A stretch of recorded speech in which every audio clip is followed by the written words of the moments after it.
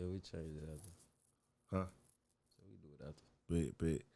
Bet. Everything here, man. We rocking. Y'all know what's going down. Studio 56.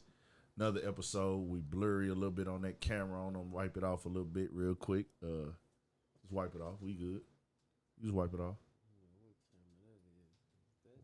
Wipe it off. Wipe it off. Wipe it off. We good. They know what we going through. They know we figuring it all out. We figured it out. What I'm saying, just little small little things like that, man. They know we gonna have it on point, man. We figured it out. Wipe it off real quick. They good. I don't think that's the camera though. That's the other one. Yeah. Other camera. Yeah. Get that one too. Then get that one too for them real quick. We want them to have a real good experience, man. We are live. Trapboy Freddy. We got a lot to cover today, man. Young Thug, YSL, also Fetty Wap. We gonna go down through there, getting y'all right on the cameras real quick. Have some music talk. Fetty Wap, baby. Gotta talk about music more, man. I think the game has kind of got away from talking about music a little bit. Shit, they ain't dropping no good music though. I think they dropping good music. I just think it's so much that nobody has time to focus on what's out. That shit just ain't good, and the good shit speaks for itself. I mean, no, the music, because it's gonna always. I feel like the good shit always gonna pop out. You know what I'm saying? No matter what a nigga drop. You know what I'm saying? No, I'm saying there is good music. Shout out to Money Man. That nigga hard. I feel like there's good music in the mix, but I just feel like it's so much music out that nobody's like really staying there with the music how we used to. Like, even if an album had 8 songs that we liked out of 16, we used to kind of stay with those albums back in the day. You know what I'm saying? I mean, I still do because I'm a little older than these niggas. But I mean, I'm just talking about where the whole entire game is now, where nobody talks about music no more. The game, the conversation of rap is no longer the music. It's all the other stuff. The trending, what's trending on the blogs, the media, the mess, the drama, the gossip. It ain't who said what about who. Nobody talks about the music really no more, bro. I'm just really peeping that, like, as I scroll down my timeline and stuff on Instagram, it's like, dang.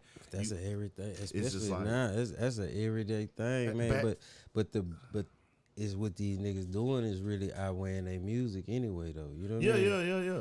That shit, that's the cold part of the game, and a motherfucker gonna push that before they even push their records. You know what I mean? And I just say that now because there was a point in time where, like, people used to want the music to speak for itself. Like, I wanted to sell my music. We gonna do promo, and if there was something available to capitalize off of with the music, we will. But it's like now you just look at this stuff. Some of this stuff that people get posted to these blogs, some of these storylines, they're not even really like the blogs are picking them up. They're paying the blogs to promote a storyline now. Nah, for real. You gotta think though. That's how they kind of set this shit up now. You know what I'm saying? That's what I'm saying, and I'm just like, it's crazy because we getting further and further away from talking about the music. So I still want to have music conversations on here every once in a while, even though you got hella platforms though that be talking about the music, like strictly the music too. You know what I'm saying? Shout out to them boys too. You know I just want to tell the people that's listening to us that I don't ever want to get to a point where we don't talk about music at all, because we got to talk about the other stuff because that's what bring the people here. But we want to talk about the music every once in a while too. But nah, man, what you did this weekend, man? Twan is had to miss today, but he'll be back next week. I'm assuming. We'll see. Man. He might call in a little bit later. Tap in, my guy. Tap in. Yeah, shout out to Twan, man. He'll be back. Man, y'all already know for sure, man. But yeah, man. This weekend, man. This week. Oh, this week. Good. Google it more. It was just hot, bro. It was a hot week, man. It was hot. You know what I'm saying? A bunch of haircuts and. You know what I'm saying? Just creative juices flowing, you know what I'm saying? Shit like that. You feel me? Yeah. Nothing too much. Oh, it's torn right here. Hold on real quick, y'all. Tweezy, what's up? Why? What's up with it, good? Shit, chillin'. What's the deal, man? What's the deal?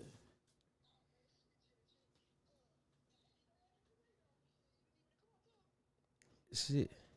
You gonna come up here? Yeah. I mean, shit, you could call in, whatever. It don't matter how you want to do it.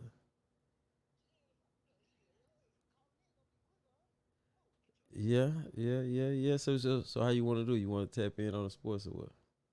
I mean, we could do it right now Oh, if you you want want to to. tap in right now? All right, baby. Yeah, you gonna tap in right now? Hold on, real Yeah. quick, my guy. Yeah, man, this torn, y'all, man. You know what I'm saying? You on the speaker, my boy. What it do? What it do? What's up, what? What's good? What's good, Twan? What's going down? What it do, Ant? What's going down? See, they hear you, man. They hear you. We here. What's up with the world? What's going down with it, man? Shit, you already You gotta let them know what's up. Talk to them. Shit, they can't. Oh, We yeah, can't. They can't talk back to you. Oh, I'm me. reporting live from the crib, man. We at the crib with it tonight, man. We might have some goddamn COVID going on. We don't know for sure, man. We just trying to make sure, man. Keep everybody safe. Right on. That's crazy, bro. That COVID is still like a thing, and it's like niggas done really got so nonchalant about it. But it's like every once in a while you'll hear them little situations where somebody caught COVID. Yeah. I ain't heard about it in so long. I really damn thought the shit was almost over. Shit, they talking about new little variants and all kind of crazy shit. Man, that shit, they trying to just really make it a norm now. You know what I'm saying? Like, that shit ain't never going nowhere, bro. Yeah. Straight up. I don't think it is. Hell They talking nah. about new little strains and all type of shit, man. Yeah, they got a lot of new shit supposed to be popping up, but we'll just wait and see. That shit like a movie premiere now. You know what I'm saying? We waiting on that shit to pop out. The next virus starring. Nah, for real, they need to do that shit like a movie premiere. Cause these hoes is just popping out. Nah, we going to get these real tests. The moment we took these home tests today, these motherfuckers inaccurate. Some of them said had to see, some had to see in the T. Some of them didn't show shit. Damn, yeah, man, yeah. So yeah, go on and get that what's the name, man? Go on and get that test and yeah. See Yes, what's sir. going down. The real shit, so you will know for sure, so you'll be secure. Walgreens get tested. Right. This shit's so crazy. I remember like last year, you could just go up there and sit in line and get tested. Now you got to make an appointment to get tested. Oh yeah. You know they shit back to regular routine now. You know what I'm saying? So nigga went up there. They like, oh, we got something open in the morning. You come in the morning, 8:30 in the morning. I'm like, what the fuck? Nigga could pull up in the line and get tested a few months ago, about a year ago. nah, facts. But it's all good though, man. What y'all fellas got going? Man, we finna tap in on these topics, my boy. You know what I'm saying? Just tapping in with you, man. You know what I'm saying? See what you wanted to do, man. You feel me? Had to let the people hear you one time, my boy. You can definitely get to tap in. Yeah, man. But shit, nigga, what I'm gonna do? Once we get the rolling on the thing, shit, I'm gonna or you could just call bro phone whenever we get towards the sports and all that. And shit, or if you see something, you know what I'm saying, if you tuned in, shit, just tap in and shit, we'll bring you up or whatever. Just do that one for right now, Pete. We'll do the so we can put you on the Bluetooth and shit. Oh yeah, most definitely. All right, shit, that's a bit, man. We finna tap in with you in a second. All right, bet. All right, bet. Yes, sir. Man, that's that boy Tweezy, man. Shout out to Tweezy, man. We taking a COVID protocol right now. Don't know for sure if he got it. Just somebody, we just, he playing it real safe, which is respectable and honorable. Nah, facts. Doing it to the best of our abilities, keeping it from spreading around. So shout out to Twan. He also jumped back in the booth for the 56 Sports this week. Yeah, man, and, that was live, man. Dope little concept coming. A lot more content coming on there. Y'all know what a streamer said every single week. All platforms, anywhere you can search for podcasts. Mm-hmm. Studio 56 Podcast YouTube channel. Go over there and subscribe if you are not subscribed.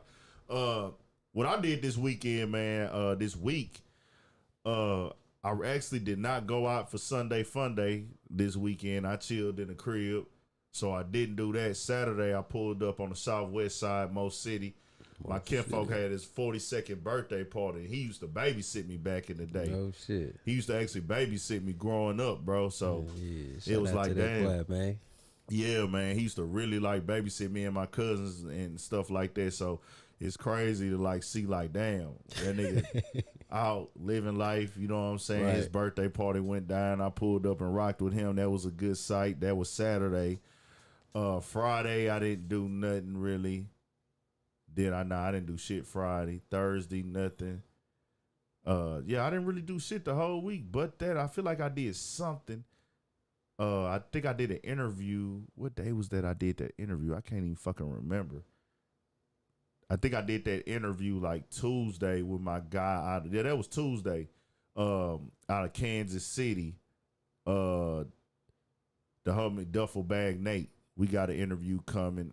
He from Kansas City. His people had got with me a while back and they wanted to get that done. So that was dope. And we locked in and it was a dope setup. So we got that one out the way. Just I got so much content backed up, bro. I can't. Y'all don't even understand how hard it be to release this content and stay on top of the news that's coming out. Cause the news is what keep the channel like rolling. If you know, it keep the channel energized.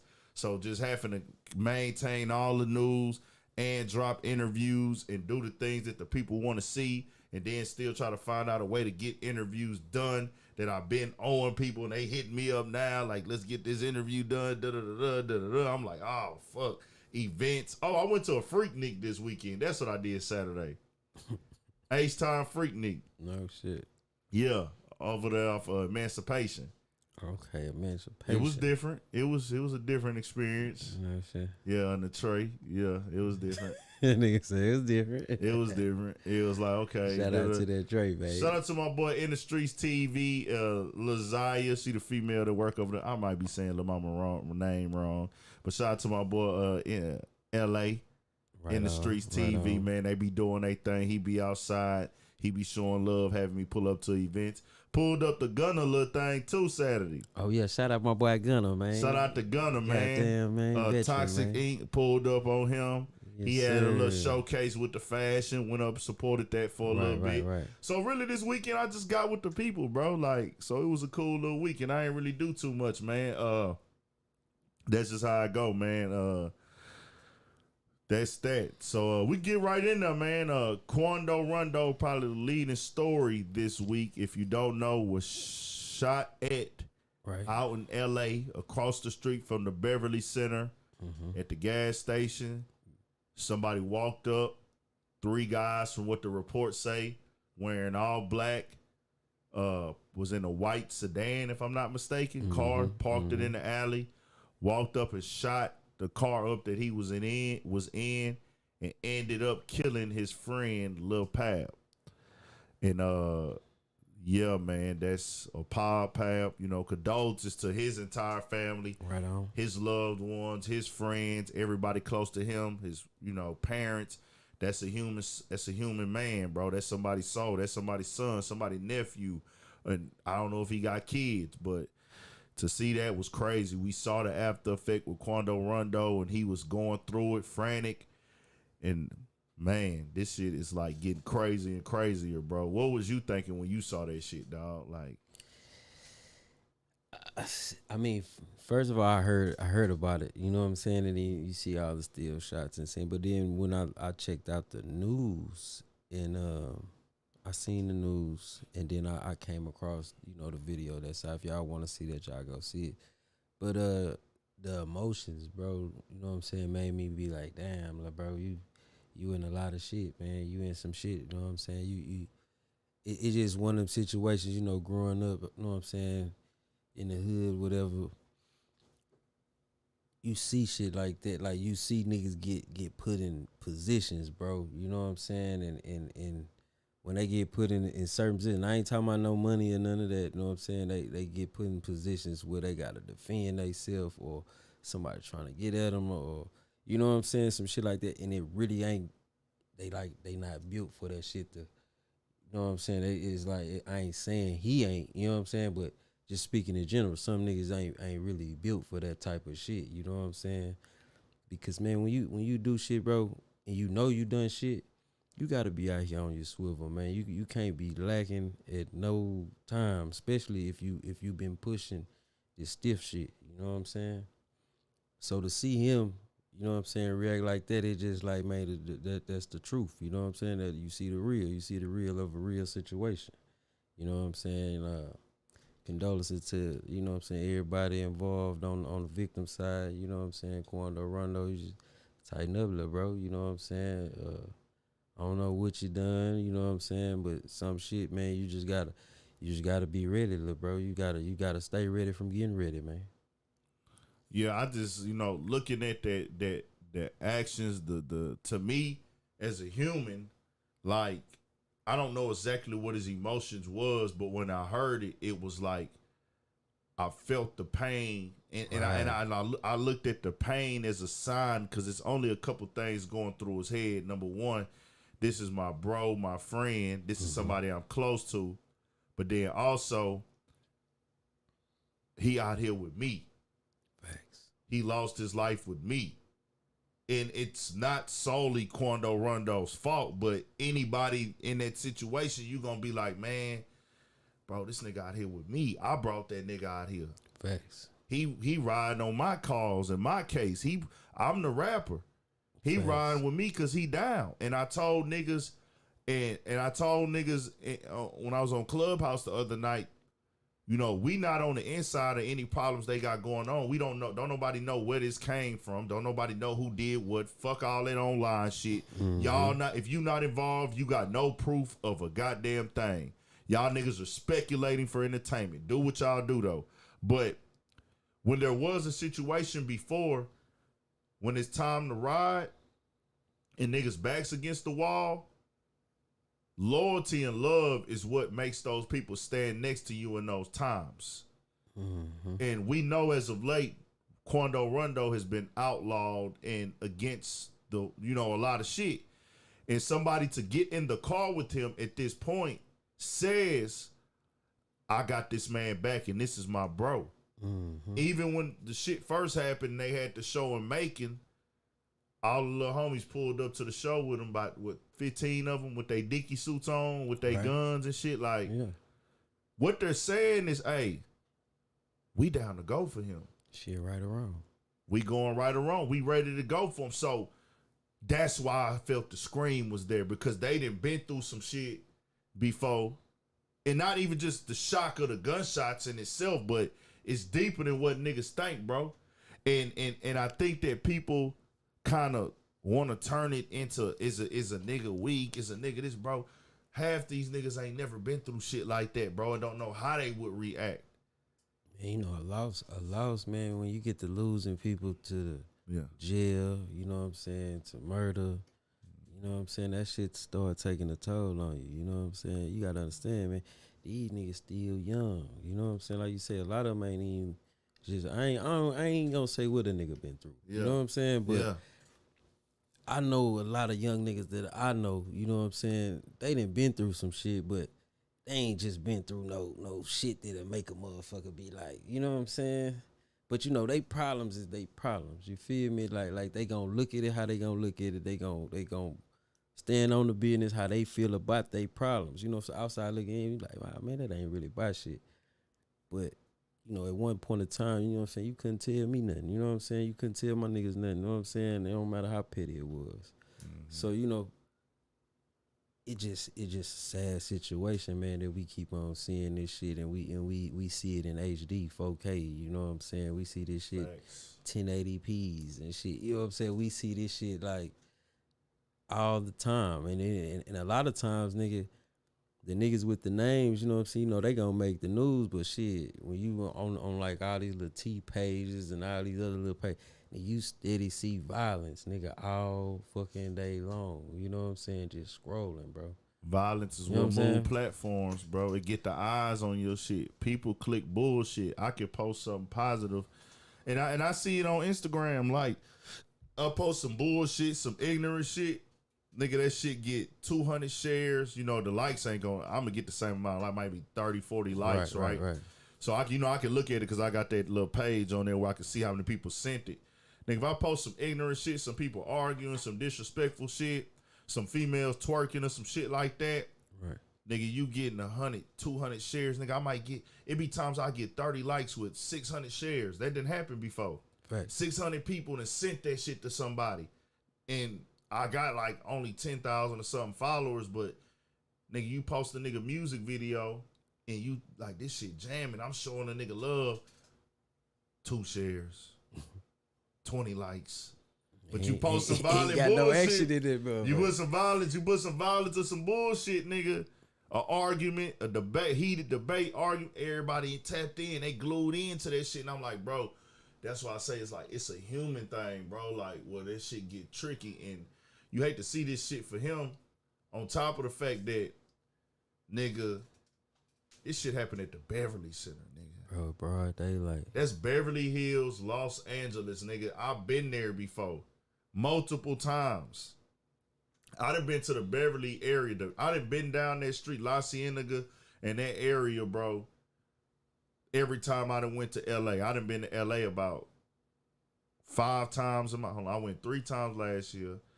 I done been to LA about 7 times in my life, maybe. And every time I went, I have rolled down that street, La Cienega. Right. And you know, like, this is just like a nigga doing this shit on Westheimer. Right. But you know everybody be on Westheimer now. Right. It's everybody mall, but it's still like the white area where the business and the money at. The niggas ain't this or that over there. So it's like that shit bringing a different type of heat to niggas. That bringing a different type of investigation, a different type of heat. That's putting a different type of stain on rap and hip hop, especially with all this other shit that's going on too, bro. Nah, facts, man. You know what's so crazy? I don't know what I was listening to. I was tuning in on something, just in and out. But they was bringing up the guy that got shot and killed at the Beverly Center, and they was talking about how fast that the other dude got caught. You know what I'm saying? Because of where it happened at. You know what I'm saying? Oh, you talking about with a dollar back in the day? With dollar, yeah. Yeah. And that just go to show you like the surveillance and all that shit is it gotta be on some shit like what you saying, like Westheimer type shit. Like, yeah, you know, you might get jammed up trying to do something crazy. This time these niggas came hitman style. Like, facts. We on a mission. And they put it out there as that, like, no, this wasn't some argument shit. This wasn't some confrontational shit. This is, hey, we came here with a plan. And, you know, a lot of people say, man, you should have had this. And true, bro, you could always point that out. Like, hey, man, da-da-da. But I'm finna be real with y'all. Nigga talking about, man, where was the nigga gun at? Let me be clear, bro. And I want people to live in reality for a second. Let's just bring it to reality. If you choose to leave the house and it's up, you can get got. Caught with a gun, caught with a bulletproof car, caught with, hey, I got my niggas riding behind me. All of that. You can come with all of that shit that you need to protect yourself. And it's always a variable where he could have did this, he could have did this. The only thing you can do to guarantee your safety, nigga, is move to somewhere where nobody at and stay inside the house and don't deal with nobody.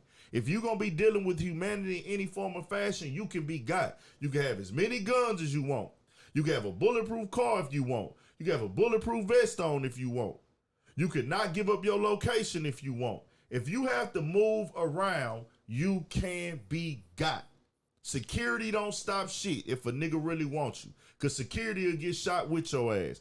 Nigga security guards have been shot before. Yeah, bro, you gotta think even the Secret Service got goddamn Kennedy, nigga. You know what I'm saying? That he was with the Secret Service. Him and they knocked his ass off. So didn't Nipsey have a security guard with him? What, when he passed? When he got shot? Nah. He didn't? Okay, I thought he did, but but Secret Service, niggas be having, bro, niggas can get you, bro. It's all about if it's your day, it's your day, bro.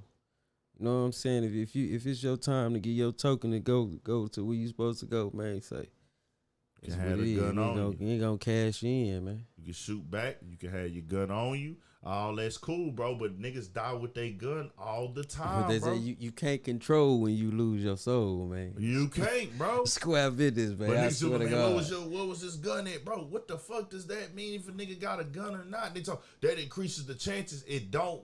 Who gives a fuck about the chances you had to survive if you're dead already? Like, it don't. Bro, when it's that time, it's that time. Man, niggas be thinking about movies and videos. That's what I'm saying, bro. You know what I'm saying?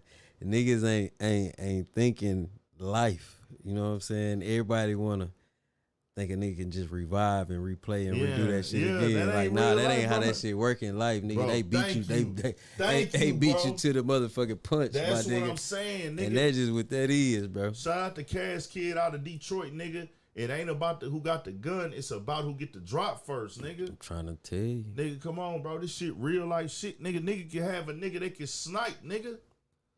A nigga have a nigga that know how to snipe. Nigga, you might have had your gun on you. You got your security, all that shit walking with you. Nigga can be down the motherfucking street. And then got a nigga that know how to do that shit. And voila. You gone, nigga. They do that shit every day. They do this shit, nigga. You know what I'm saying? It's facts. So, but condolences to the family and loved ones of Lil Pab, man. And I hate to see that for homie, bro. This life, bro. This real life. Sir. And that's that, bro. We'll see what happens. Police put out a statement and said that they are aware that Quando Rondo was the intended target. So they know. Tighten up, left brother.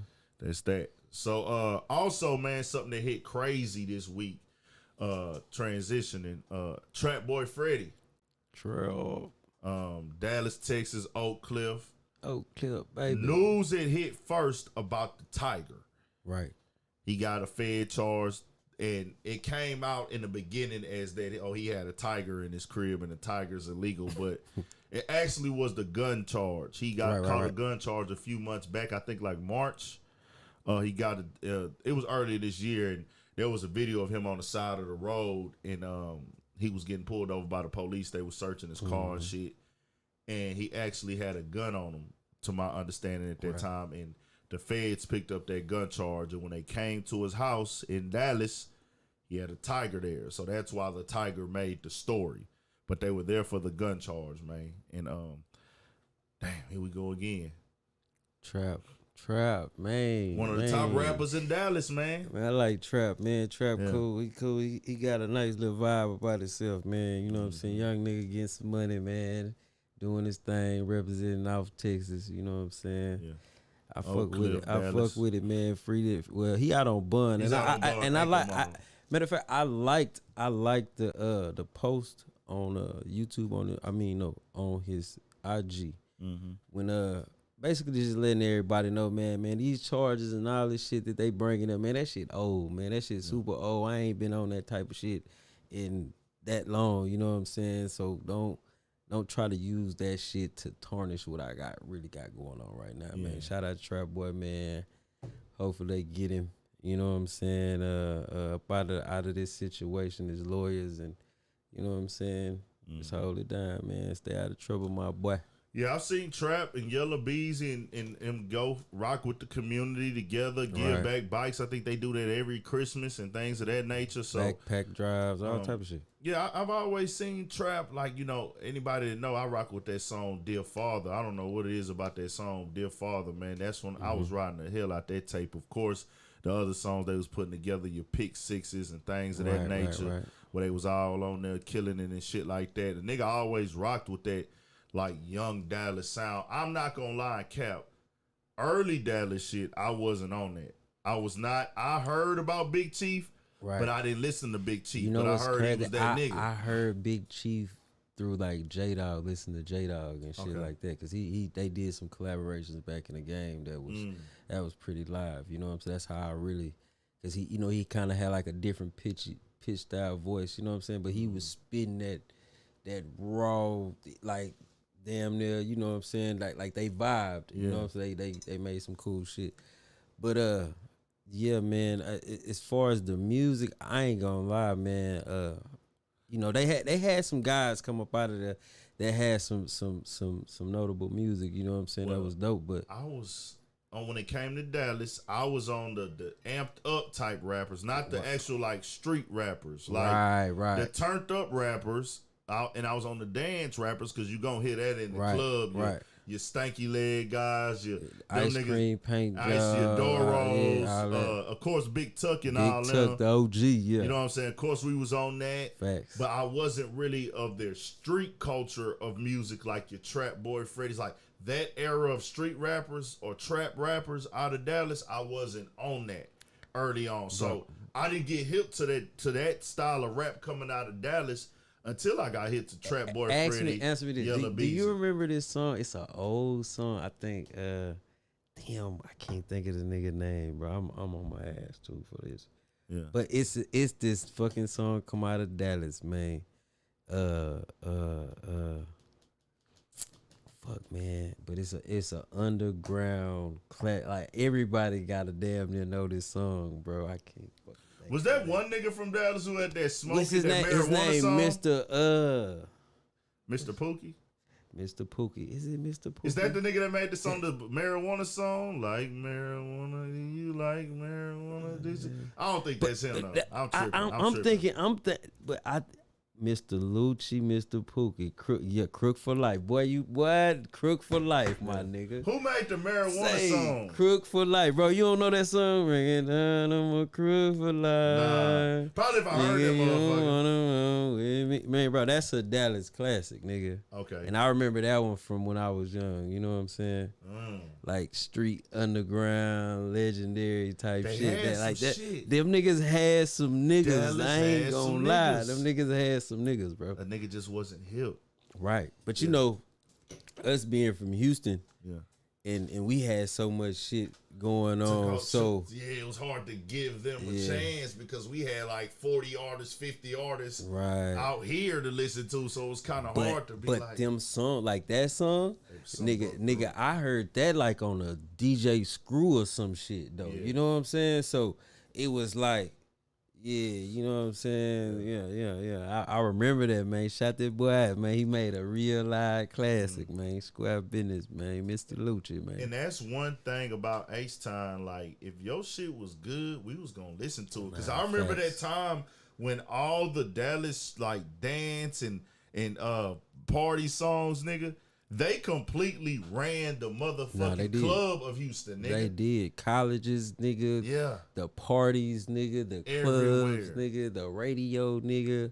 Little kids and shit. You know what I'm saying? Where was Swag Surfing from, bro? Was they from Dallas? I don't know. Was Swag Surfing from Dallas, bro? I don't know, because, you know, at a time, like, you really couldn't tell. Because it's like that was a sign. If they was from, like, the A, Dallas, or, you know what I mean? Does anybody know where the guys who made from, bro? Anybody in chat know where the guys who made the Swag Surfing song was from? I thought they was from Dallas. If I'm wrong. Correct me. But that shit right there still fucked the club up to this day, bro. Oh, they not from Dallas? Okay, my bad. My bad, y'all. My bad. I thought they was from Dallas. But Dallas had the H-Times club scene on lock, bro. No, Swag Surfer was Atlanta. Okay, my bad. Shout out to them. That's why I'm saying, like, you couldn't, like some of them songs, you couldn't really tell because they was all on that type of time at that point in time. That shit was turned. They had the clubs turned, nigga. Dallas had that damn downtown going crazy in one era. And Doro had that hoe going crazy with that ice cream face on nigga. That shit was insane, bro. So shout out to Dallas for sure. As soon as that beat used to come on, dum. You know what I'm saying? Like niggas, that motherfucker. Nigga, Stanky Leg made it to 106 in Park, nigga. Facts. Thank you, them niggas was lit, bro. Bro, I was locked up with a guy. I don't even. Man, fuck it. I was locked up with this guy, and he said he was part of that crew right there. You know what I'm saying? Tom. But I think he was an imposter, bro, because he was going around the unit. You know what I'm saying? And then you know, like nigga holler at one of the girls, hey man, check and see if this the nigga from Whoop De Whoop De Whoop. And then I remember her saying like, nah, that ain't that nigga, man. That nigga cap. You know what I'm saying? But yeah, man. Tom was going crazy too. Them niggas doing they shit. Shout out to everybody in Dallas, man. All them boys. But Southside the realest. Trapboy Freddy, man, we'll just see what happens. You know, wish him the best. Shout out Trap, man. Your situation, my boy. I'm pretty sure he finna go unload on this music. I think he go to court. They said in October. If I'm not mistaken, he'll be going to court in October. It is illegal to have the tiger out there. Right. But I don't think they're going to pick up a charge on that. You know, from what he say, like he just rock with animals, period, that he's been having that tiger since he was a puppy. Or she was a puppy. It's a girl. Girl tiger, my bad. Okay. He's been having the tiger since she was a puppy. So he just looking at it like, a tiger is a puppy? Cub.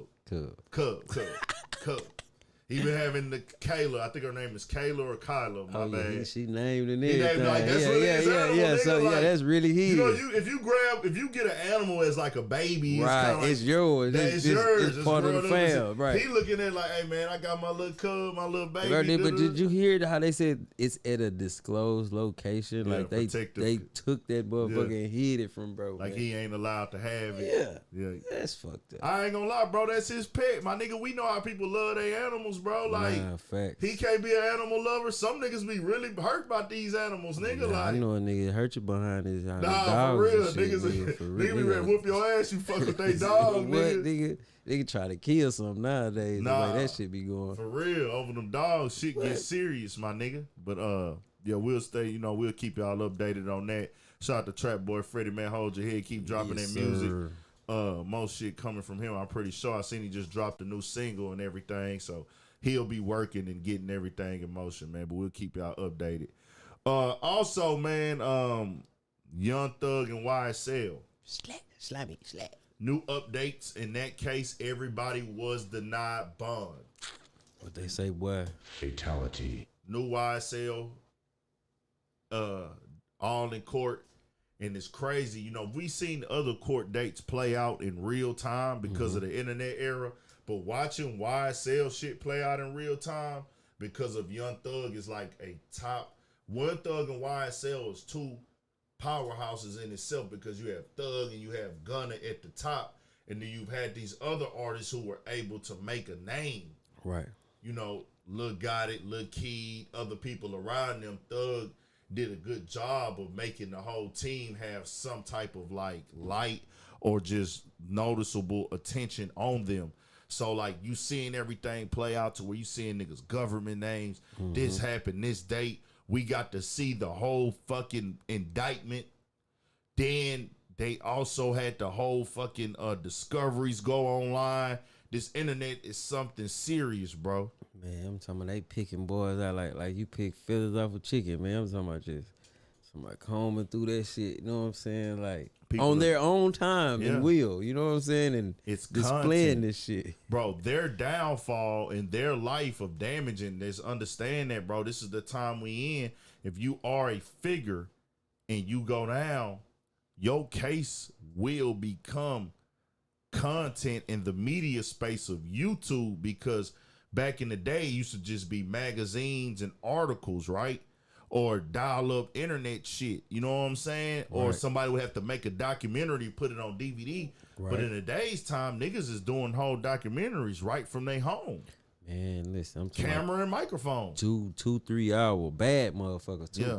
Very detailed, my nigga. Very knowledgeable on certain situations. You know what I'm saying? And some of them overstep, but. I'm talking about you know the ones I'm talking about. The real ones. Yeah, fuck the ones. I mean, I ain't gonna say fuck them, but not the ones that's really causing confusion with this shit. But I'm talking, it's some good guys out here that do some very good work. Yeah, and that shit they'll be so crazy, bro. Because like I'm one of them. I sit back and I watch it as entertainment. Yeah. You know, I'm a documentary type of nigga anyway. So when I just sit there and I be watching that shit, and I just and this was so crazy. A nigga go to the comments, right? And I swear to God, you always find motherfucker. Nah, at 3 minutes and 76 seconds, that wasn't right. That nigga, that was me and such and such. It went like this. And then you like, damn, are y'all saying this documentary getting these niggas jammed? But it's really the comments too, you know what I'm saying? Because they putting their input, whether if it's right or wrong, you know what I'm saying? It's still making motherfucking questions be there, you know what I'm saying? And a lot of that shit that come up out of them comments become conspiracies and shit. You know what I'm saying? Mm-hmm. Because so many people putting their input in on this input with this nigga here saying, and it just be crazy. You feel me? I'm pretty sure everybody here knows 1090 Jake. Right. And there's a video he dropped today where SB? Yeah. I seen that. The whole entire fucking police chase I see that. is in the video. I'm talking about the whole entire police and you can chase look this shit up. in the white Audi of this and this and this date, this arrest, the obituaries, all of this shit is in the fucking video. I'm gonna be real with y'all. I can't be that guy. Like, I can't fixate, to each his own. I can't fixate my time into doing that. Like, I know how to do it. I know how to make the content. I know how to put it together. Right. I know where to find it at. No, exactly. But I just feel like as a nigga, it ain't my place to go do that. Bro, you know what's crazy though? Yeah. It's some niggas that's starting to do that shit. Facts. I'm talking about, and they good. Yeah. They see this would make them good because they know how to speak the language. Yeah.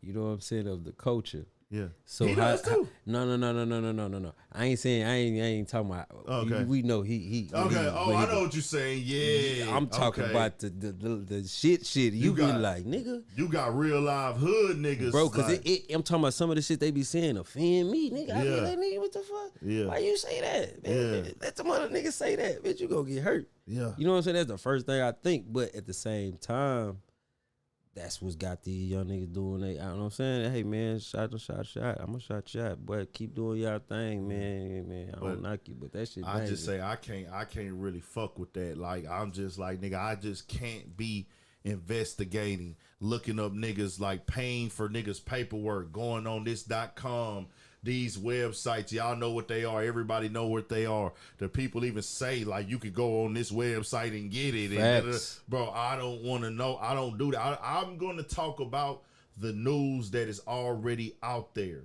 I'm not going to go search and dig up the news. Even though it's already public info, I'm still not going, because it don't feel right for me. It feels like I'm doing too much. So I just wait till what's da-da-da-da. But I tell you like this, bro. This shit is about to be crazy. The outcome of this YSL case is seeing them get denied bond again. And you said it. Pookie said it. He felt that Miss Fonnie Willis came with that indictment right in time for that motherfucking bond, for that bond to be denied again. She held on to it because you got to think, bro. They could have charged them that first day if they wanted to with all the guns, all that shit. Niggas could have got what they was gonna get right then and there. But she put that bitch in an indictment on top of an indictment. So that make the judge feel like, nah, but see, because that's what he basically, all that shit sound good. I agree with y'all, but you got these new charges, so I ain't letting you go. You know what I'm saying? That's basic. It's in layman terms. You know what I'm saying? We watched that shit in real time. Facts. That nigga said, everybody else got denied. He said, yeah, based on everything with this and this and that, Thug is in there praying. Him and Gunna was in there together on the same screen and all that. Said, hey, yeah, based on all this, I still gotta. Matter of fact, I'll play it for y'all real quick for the people that didn't see it. Let me go to it on my page. This is how it really works, bro. This is how this shit really go in these courtrooms. This is the real life. This the shot. See, everybody can't take it as real because they able to look at it on the internet, so they still looking at it as it's still a form of entertainment because it's on the internet. But this shit is for real, and this is what the judge said when he told Thug this shit. And under the case law that's been argued thus far, I am not going to grant bond at this point in time. Bond will stand denied. All right, is there anything else I need to kind of go through with you all? Under Title 17 and under the case law that's been argued thus far, I am not going to grant bond at this point in time. Bond will stand denied. That's simple. Hey, I'm not going to grant bond. So that means you got to go back to that nasty ass cold cell and sit in there, and their trial doesn't start until January. Hey man, this is crazy, but it's crazy how just seeing them in jail, you know what I'm saying? Like, like seeing Gunna, like seeing them when they first went in, and then seeing them, they've been, you know, niggas. It's what we call nigga getting dried out. You know what I'm saying? Getting dried out. They starting to look back how they supposed to look normally and shit. You know what I'm saying? And it's just crazy, bro, to actually see that shit like unfold. You know what I'm saying? We either finna watch. I mean, somebody going to jail. You know what I'm saying? It's just a matter of who going and for how long. You know what I mean? It's just one of them situations like, damn, we see them right now on the screens. They all young and shit. You know what I'm saying? They doing their best shit. Niggas is in their prime. But we possibly could be looking at them like, shit, 20, 30, 40, 50 years from now, just trying to get out of jail. You know what I'm saying? And Well, somebody. and that shit's gonna look crazy, bro. Could you imagine it? Think about it. Can you imagine them niggas going to go do a hot 20? Shit, them niggas and what And I'm talking about how they gonna look. Not even to imagine, just how they gonna look. They gonna look. That shit gonna look crazy. Like, damn, boy. You got to think a nigga that we seen on TV was 6'9". Shotty took 15. No, facts. He took 15. Took.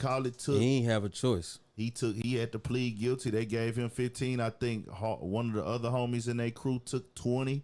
And it's like, damn, these niggas was damn near already late 30s, early 40s, and it's like, right. But see, you gotta think, man. When it's niggas right here willingly telling on you and shit, it's like, damn, man, let me go and get what I get out the way. But nah, you had to get let out me the get way. out of this nigga. You know what niggas say? Nigga be like, man, let me go and get out this nigga way, man. This nigga he get me a L in this bitch. It's only two options. You know, this is a state charge, which, you know, state charges, everybody knows they are easier to beat than a federal charge.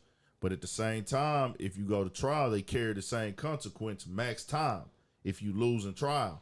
But going to a federal trial is damn near like, hey, bro, you're not going to be able to beat that on a federal trial. These niggas, see, in that state shit, yeah, just like, all right, well, I don't know in Georgia, but I know a lot of times, say like trials and shit, niggas gonna start copping out before they just actually go to trial. You know what I'm saying? They gonna give you that last. They gonna start asking you like, they gonna be like, okay, this pre-trial. Okay, boom. So then the next time you go to court, you gonna pick out your fucking jurors and all this shit. Then the next time is woo. So like right before that last little, before you go put on the regular clothes and go in that bitch, they go, so what you wanna do, man? We can get you this right here, right now. Sign right now, looking ass. So a lot of them niggas need to go and just take what they gonna take and get the fuck on out the way, man. September 8th. Cause that trial shit is tricky. They have another court date, September 8th. They had a big discussion about the lawyer representation and the conflicts of interest. That's pretty what this motion hearing was pretty much about. Also, bond was discussed too, but they did a lot of discussing about the representation with the lawyers and all that. But the next one is going to be, I think, September 8th. It's going to be September 8th. And shit, we'll see, man. It's like, it's ping pong, man. It's a ping pong match, man. We'll see what happens, bro. Them we'll niggas keep the y'all ball, updated. you know what I'm saying? So, you know, moving on, another artist actually pled guilty today. It seemed like this is like an ongoing thing. I hate to say, it's like, damn, bro, knock on wood. This is like some ongoing shit. But Fetty Wap pled guilty today for the coke charges he got caught up in. It was in a whole drug ring. Right. Bro, I didn't really How know. long ago that was? That was last year, nigga. Shit went by fast. That shit went by fast. He got violated a little bit ago, just not too long ago, on the bond because he was on Instagram Live with the fan. Right. And he was talking shit back. The fan was disrespecting him. And they said, oh, you threatened him with a gun and all this other shit online. And from what his lawyers say, nigga, he didn't have the gun. They never came to the house and found the gun or nothing. No shit. Yeah, they just was like, hey, he's a danger to the community. And revoked the bond off that. Shit, it's just the shit he got it caught up with. Yeah, I mean? what they do just under the scope. And bro, niggas gotta go ahead and start taking this shit for real. Like, go ahead and take it for real, nigga. If you rap, you got a name, especially if you doing dirt. If you know you doing dirt, they watching. No, they looking to catch you fucking up, bro. Simple and plain, nigga. It ain't even no other way around it. But dog went on plead guilty. They say he facing up to 40. The minimum is 5. Right. For his role in it, his lawyer wanted to make it very clear he is not cooperating. but he did plead guilty.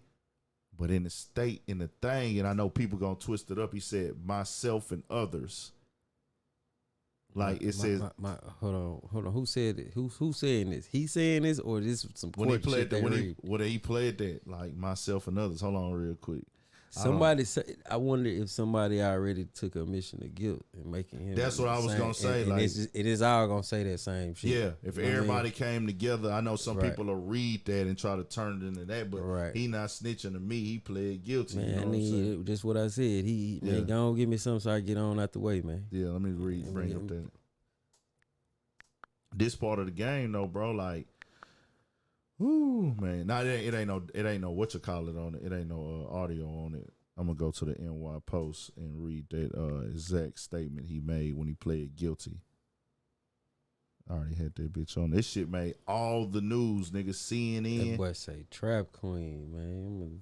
That nigga had the game on lock. Bro say I'm gonna show her how to work the stove, man. You hear me? Had the game on lock. It says Fetty Wap admitted his role in an interstate multi-million-dollar drug trafficking scheme Monday, pleading guilty to a charge that carries a minimum sentence of 5 years in prison.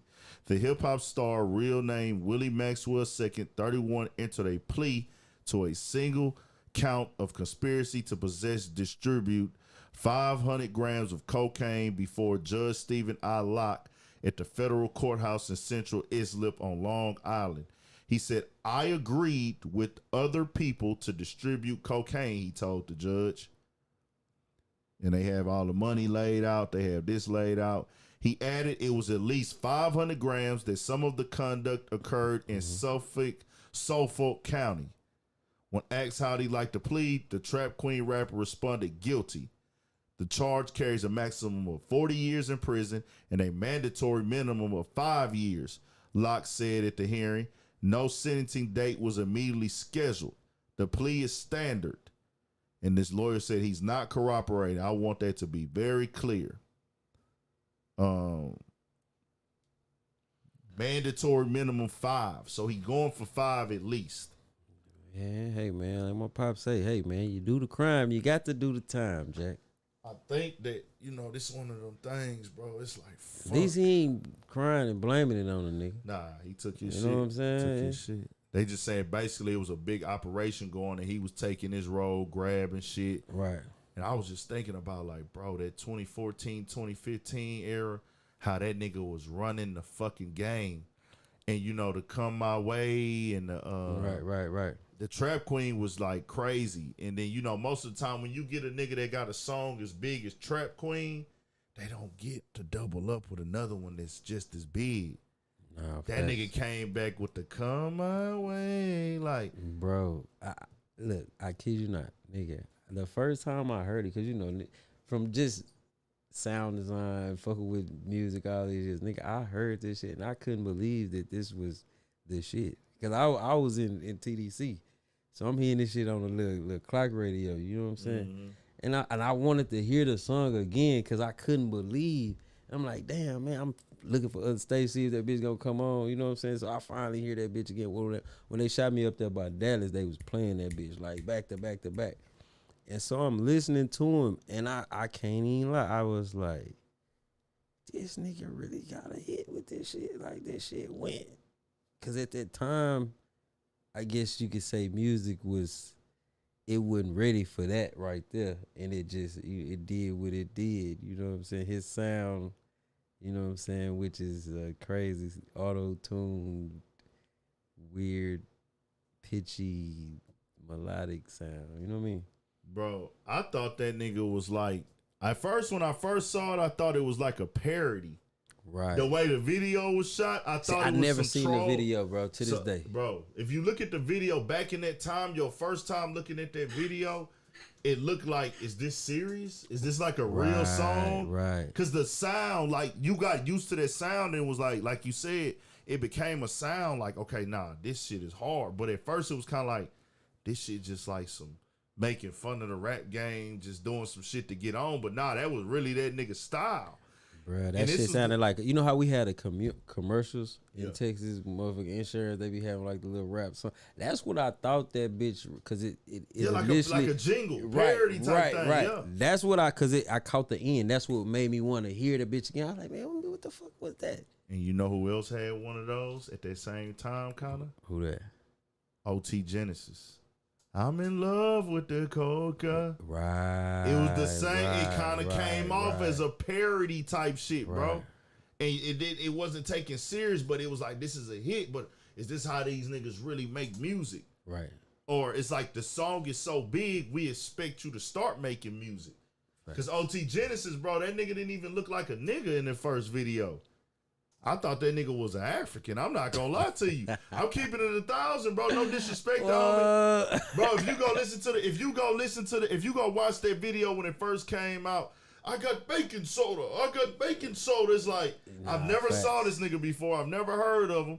He a nigga in a white tee. He black as hell. It's like, hey, nigga didn't know he was like a boy. Like, you know what I'm saying? Nigga was you this and that. Then later on, you start realizing, okay, nah, he a regular nigga. Like, he doing this shit. But it was like, same thing with the Trap Queen shit. That he came back and was smashing the RGF, the 1738, the RGF Island, all these other things. He put his boy Monty on to the next level. Like, had Monty turned up. Them niggas was doing they shit, bro. That nigga Fetty Wap. The song I fucked with was the Jug, man. Jug with me. I ain't never heard. Bro, I used to listen to that hoe when I played the Jug, PS. like J-U-G-G-G, bro. Okay. I'm gonna put you. That hoe was insane, bro. The harmonizer, the melodies on it, the beat. That nigga really cracked the code for the streaming shit. Right. He really set off the, like, streaming is the way. He stamped it like streaming is the way to get your bag now. Right. He had like 5 or 6 major hit songs. His streams was the first one to go to that level because he was the hottest artist at that time, and every song on his album was streaming crazy. But he had like 5 or 6 singles in rotation, but every song was streaming crazy. Yeah, I see my boy Scrooge Supreme was like, that nigga dropped more music before his album. He had a bunch of music out before his album even dropped. You know he was already hot. Flooded. Yeah, he flooded all his shit went crazy. Then they just packaged it pretty much as an album. They ain't even have to really sell that motherfucker. That's crazy. That shit was crazy, bro. How it went. Yeah, I kind of just came into it. I was just like, when I came home, it was so much other shit. I was like, nigga, this shit didn't change like a motherfucker. That nigga was really a fucking pioneer, bro. But we'll see what happens, man. Wish them the best. They'll figure it out, and we'll be keeping y'all updated with everything, man. It's a tough situation to look at for sure. Next, man, let's get into this Erica Banks situation, bro. Erica Banks went to a high school football team, pep rally type vibe or whatever they call it. Went to go twerk for the kids, the guys, the football team, and she most definitely walked towards them, initiated it, twerked for them, and people feel a way about it. Right. How you feel about it? People are saying she's out of line. That shouldn't be going on. She shouldn't be twerking for them boys. I seen that she just gave a response. I haven't actually seen the response yet. So while you talking, I'm gonna look that up. So okay, so first of all, 2022. That is the day. That is the way women are moving their bodies, bro. You got old women, young women in between. The twerk is just bounce that ass, just different. You know what I mean? That's what it is right now. I mean, before she even came to the school, I mean, y'all know her music. Y'all heard her songs, Busted, and you know what I'm saying? What it is, it's Small Waist or some shit like that, Lil Waist, some shit. I was when I was looking up pictures for the thing, I seen that. So it's like, you know what type of music she bring. You know what I'm saying? So y'all brung her to the school. So y'all really shouldn't be really just tripping. Well, you know what I'm saying? Like. Hold on. That's the thing. It's not the school tripping. It's no. I'm talking about. I ain't saying the school tripping. Yeah. I'm saying I don't know why people tripping. Like I don't know why they tripping, because, like I say, twerking has become damn near pop culture on some shit. That dance, that twerk form of classes. dance. You dig what I'm saying? Yeah. And it just one of the things. Like I say, man, I'd rather for them young niggas seeing that, you know what I'm saying, than seeing a bunch of, you know what I'm saying, shit with I'm gonna just say some unisexual dancers, you know what I'm saying, mixture of people moving their body in ways that they shouldn't be moving. So by her doing that, she ain't do nothing but get them young niggas a nice experience. You know what I'm saying? Turn them niggas up. Something they gonna remember for the rest of their life. I know Lil Buddy that was like this here. He ain't gonna never forget that shit. Oh, that nigga got him some good Jackie in that night. Listen, man. Listen, man. That nigga got him some. Listen, man. It is what it is because you gotta think, bro. And it ain't like they was at an elementary. Nah. All these little motherfuckers is managed and fast any motherfucking way. You know what I'm saying? So it ain't really no. I mean, I get why people saying it because she shouldn't have did this at school, but she had on fucking army fatigue pants, bro. Bro, she was covered up and everything. It wasn't like she had her shit hanging out, ass cheeks bouncing, and you know what I'm saying? It wasn't like she was like that. She was still, you know what I mean?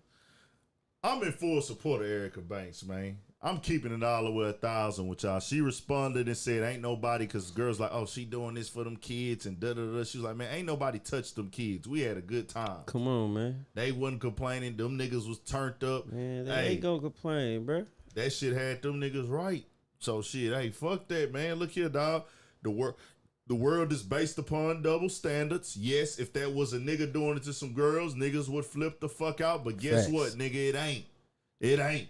Facts. Nigga, it is what it is. The world is based on double standards. Anybody trying to make this seem like a big fucking deal, it'll be different if she was touching on the little niggas and shit. And I gotta say, it'll be different if she was in there. Like, bro, have you seen some of her spreads? You know what I'm saying? Like her pictures and photos and shit. She got some nice pictures and shit. You know what I'm saying? But what I'm saying is like, she could have came like her perform, like from her being on stage, shit she be wearing, you know the costumes they wear and shit. She could have really came in that bitch like on some damn near stripper type shit for real.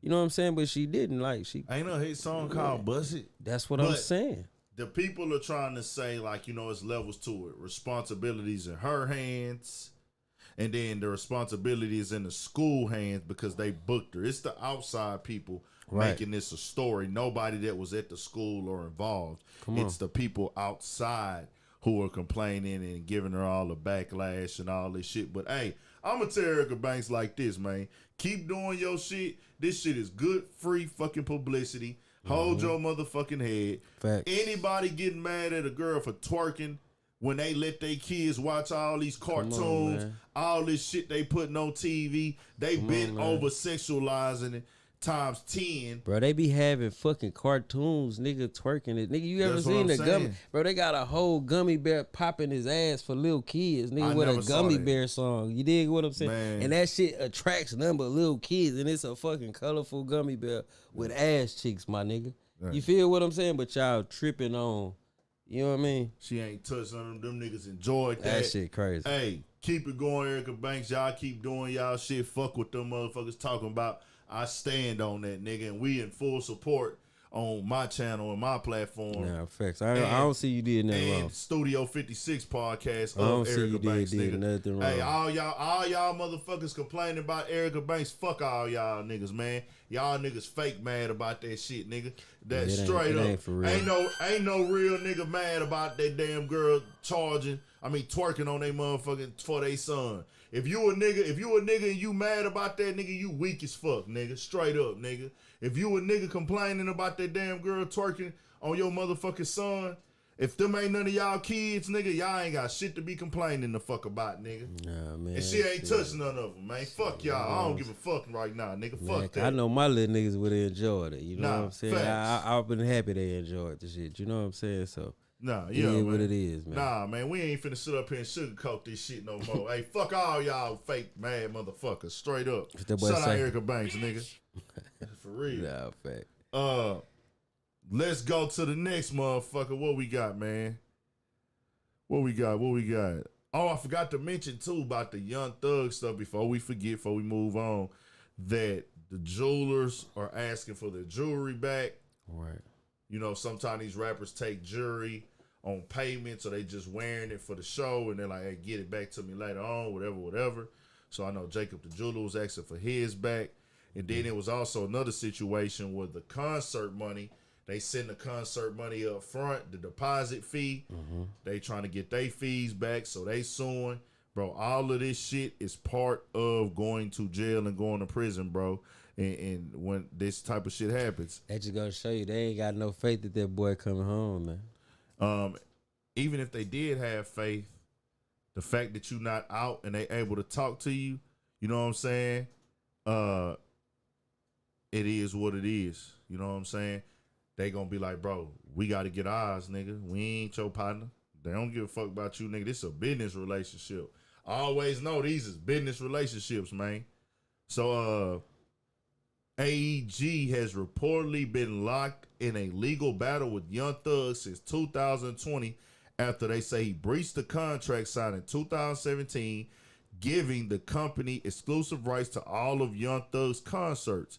AEG alleges that Young Thug took his $5 million advance and continued to book shows on the side, bringing in hundreds of thousands. AEG lawyers Catherine Jory states in court documents obtained by All Hip Hop, despite having granted AEG the exclusive right to promote Mr. Williams' concert performances under the terms of 2017 artist management, YSL and Mr. Williams immediately failed and refused to honor their respective obligations under the 2017 artist agreement. Amongst other things, disregarding AEG's rights. So basically they saying he was undercutting them on the shows. Right. He signed a deal with them where when they get book shows and things of that nature, they get their percentage. They got to book their shows through him. But he was taking shit underhand. A lot of artists do this.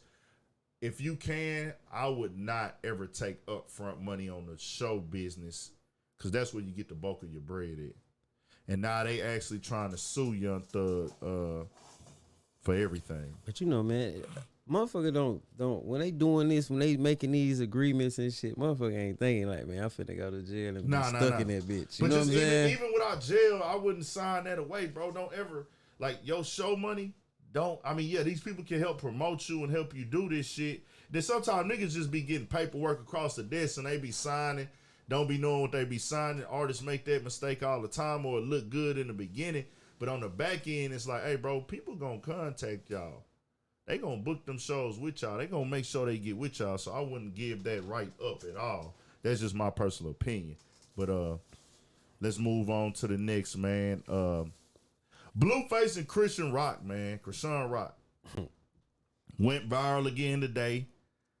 Are they the new Ike and Tina Turner? Nah, man. It ain't that bad because she don't sing. Nah, man. Cause she was doing the show. She punched shit out that nigga. Man, she stole the fuck out that nigga. She like a stocky motherfucker too, nigga. Like, she stand on her little business though. You know what I'm saying? And he like it. So shit, it is what it is, man. What they get in the news for today though? They punch. She went to jail, but she went to jail for trespassing, not to fight. Okay. They went out to a show. Blueface went out there. She actually responded. Blueface was in her lap, sleep. Like his head was in her lap, knocked out after all that shit, boy. Hey, man, she just letting you know. She said, hey, man, I went out there to get the bag. He came out there to support me on the bag, and I seen him talking to some snow bunny. And then it was already some other shit that built up. Text with his baby mama, text with this person. Bobby and Whitney. Yeah, Bobby and Whitney. Yeah, but that's the thing, bro. Whitney Houston was popping, but I guess you could say the shadows of it, the flashes of it, are the same of the toxicness of the relationship. Man, I don't know, man. But she was all on the ground, and it was like, damn. Bro, she's stiff, bro. I ain't gonna lie. That's a stiff motherfucker. She don't give up easy. You know what I'm saying? Nigga, this and I mean, hey man, call me what you want to call me, man. But you don't want nobody that's gonna just give up. You know what I'm saying? Like, you don't want a motherfucker that's gonna give up. You know what I'm saying? You want a motherfucker that's gonna, you know what I'm saying, be dying like rocks on the ground. That's I'm just saying, man. In her case, though, see, you want a motherfucker that's crazy about you, like Christian Rock, but do you want a motherfucker that's crazy about you? Like, Man, nigga, I'ma listen, steal off on your ass. when you caught up in that shit like that, man, say, man, look, this shit it is what it is, man. Niggas Bro, be, that niggas crazy. be tied up like a motherfucker by the hip, man. You hear me? That nigga was laid up in her lap, sleep like a Yeah, baby. He's like, he made his choice. You know what I'm saying? Like right now, they choosing to infuse each other. You know what I'm saying? With whatever they infuse. It was each other something that with. happened with her brother done jumped in the mix. He done had some shit to say, and he say, bro, I ain't gonna lie. That nigga BP say, Christian Rock like the female Crip back right now. That nigga BP say, the way she just be all over the internet and shit. Nah, man. It's like, nigga, she is all over the place, man. Shit, but It's like, bro, you could tell she got a good part of her though. Like you could see. I don't know that woman. You know I don't what I'm know, but I saying? can just see like But she don't mean harm. whatever she doing, Yeah. she got this nigga, man, and he dying with that shit because Yeah. he accepting that shit. You know Oh, what I'm yeah. saying? And she accepting everything that come with him. So But you could tell, bro. I ain't trying to yeah. just from the flashes of display that I have, bro. There are clearly, she grew up real hard, like a bunch of siblings, parents going through it, Right. all that shit. She come from Baltimore. I'm talking about coming from the bottom of the bottom. Bro, he dirt. changed her life, bro. So her going to him, but then also, you know, we see he got family issues with his mama, his sister, his family situation. You get two motherfuckers like that, it's kind of like, damn, y'all like riding out together on some. And they from here and here. Yeah, You know what I'm saying? way from across that part Yeah. of the world. It's like, damn. Shout y'all out, man. Y'all keep doing y'all It was thing. crazy because Rock out with y'all cock out, man. it was crazy, y'all, because at one point, that nigga Blueface wasn't even claiming that girl. Nah, Now he popping out in public, being seen with the shows, going to fights, having to respond. Bro, I remember when Blueface got on that goddamn phone and said, yeah, motherfuckers get their tooth fixed and start acting funny. Next thing you know, she make a video taking that bitch out. Look, boy, you happy now? Tooth gone. Stop tripping. Like, bro. Like, nigga, that's some crazy shit, bro. Like, Say, man. bro, I ain't trying to laugh at that because that shit get real, bro. Hey, that shit get man, real. That you girl, know. I can tell this though. Blueface love her and care about her, but I could tell like she really deep dive through there with that nigga, Nah, bro. facts. How much if a woman will fight on you like that, bro, she love the fuck out you, dog. And her brother her brother been talking shit. That nigga, they're one of them Baltimore niggas, you know, the street niggas in Baltimore, they get the gold open face teeth. Right. That's their culture, like the real. And that nigga there, he say, yeah, nigga, I've been in and out of prison. I'm da-da-da, man. Hey, nah, my nigga, you like, he telling his sister, like, nigga, we raised you better than that, nigga. Like, Right.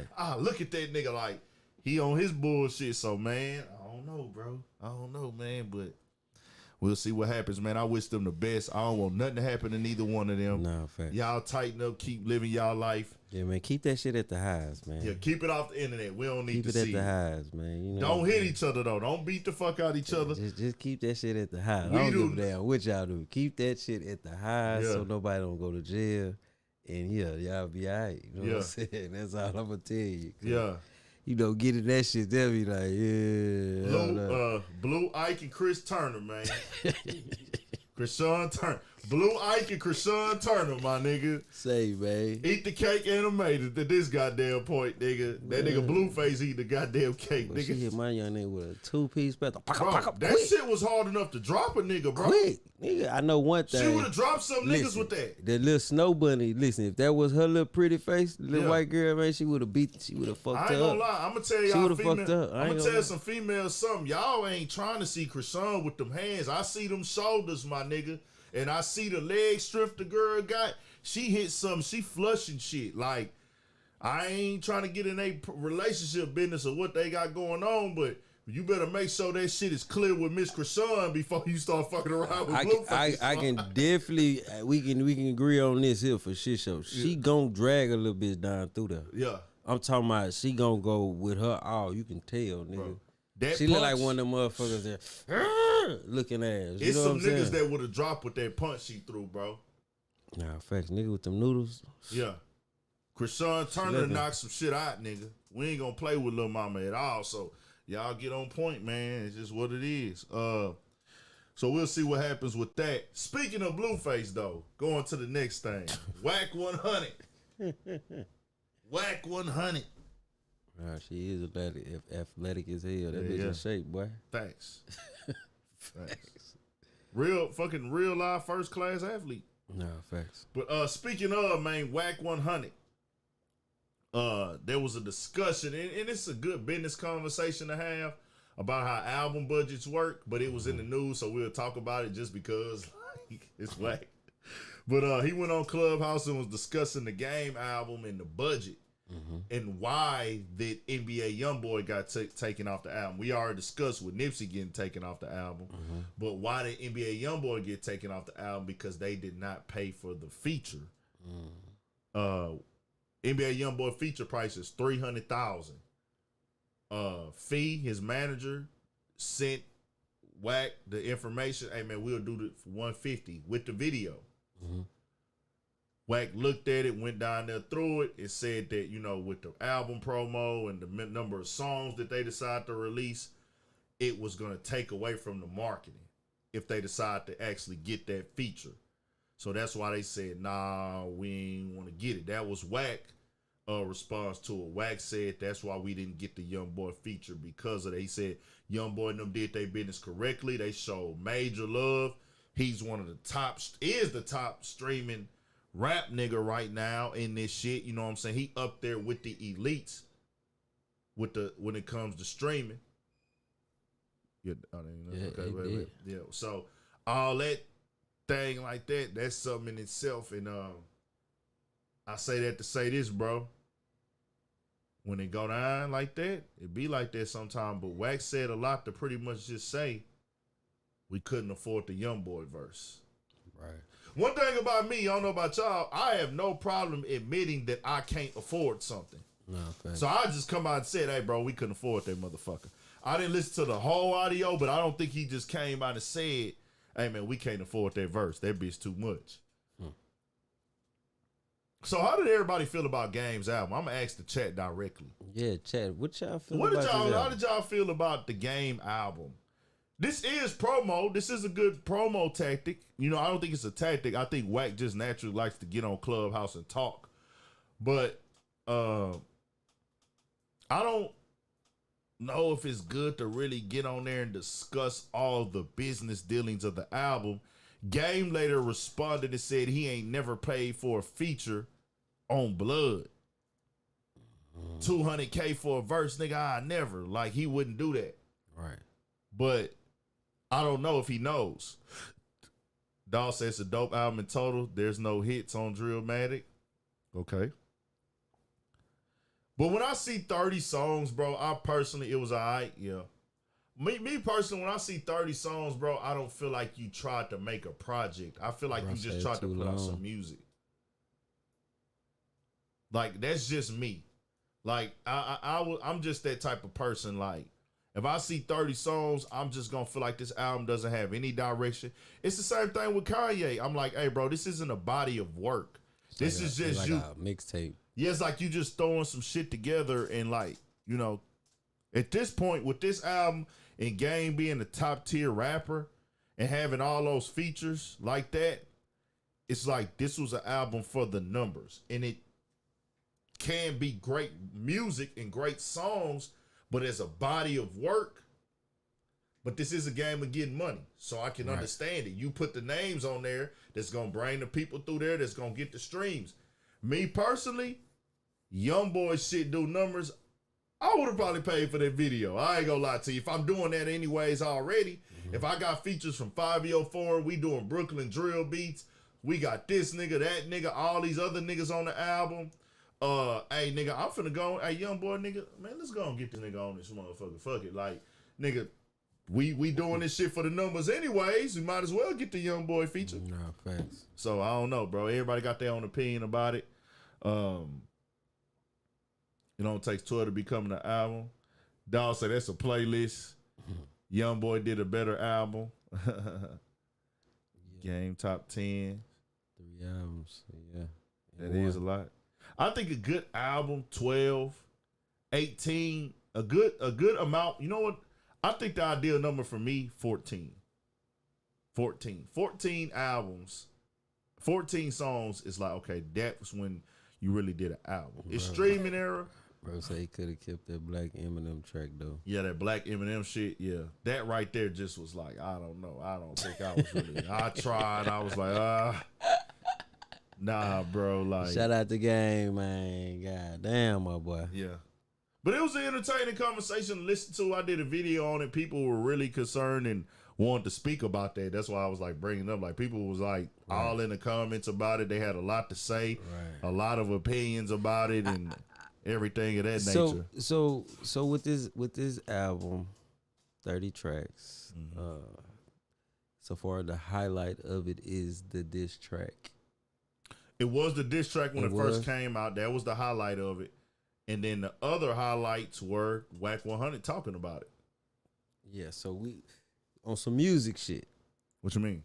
You know what I'm saying, on some music. The music side. That was just the only song that they got, like. Yeah, because Easy had already did what it did, because they had already premiered Easy, and that bitch was, we knew that bitch was hard already. You know what I'm saying?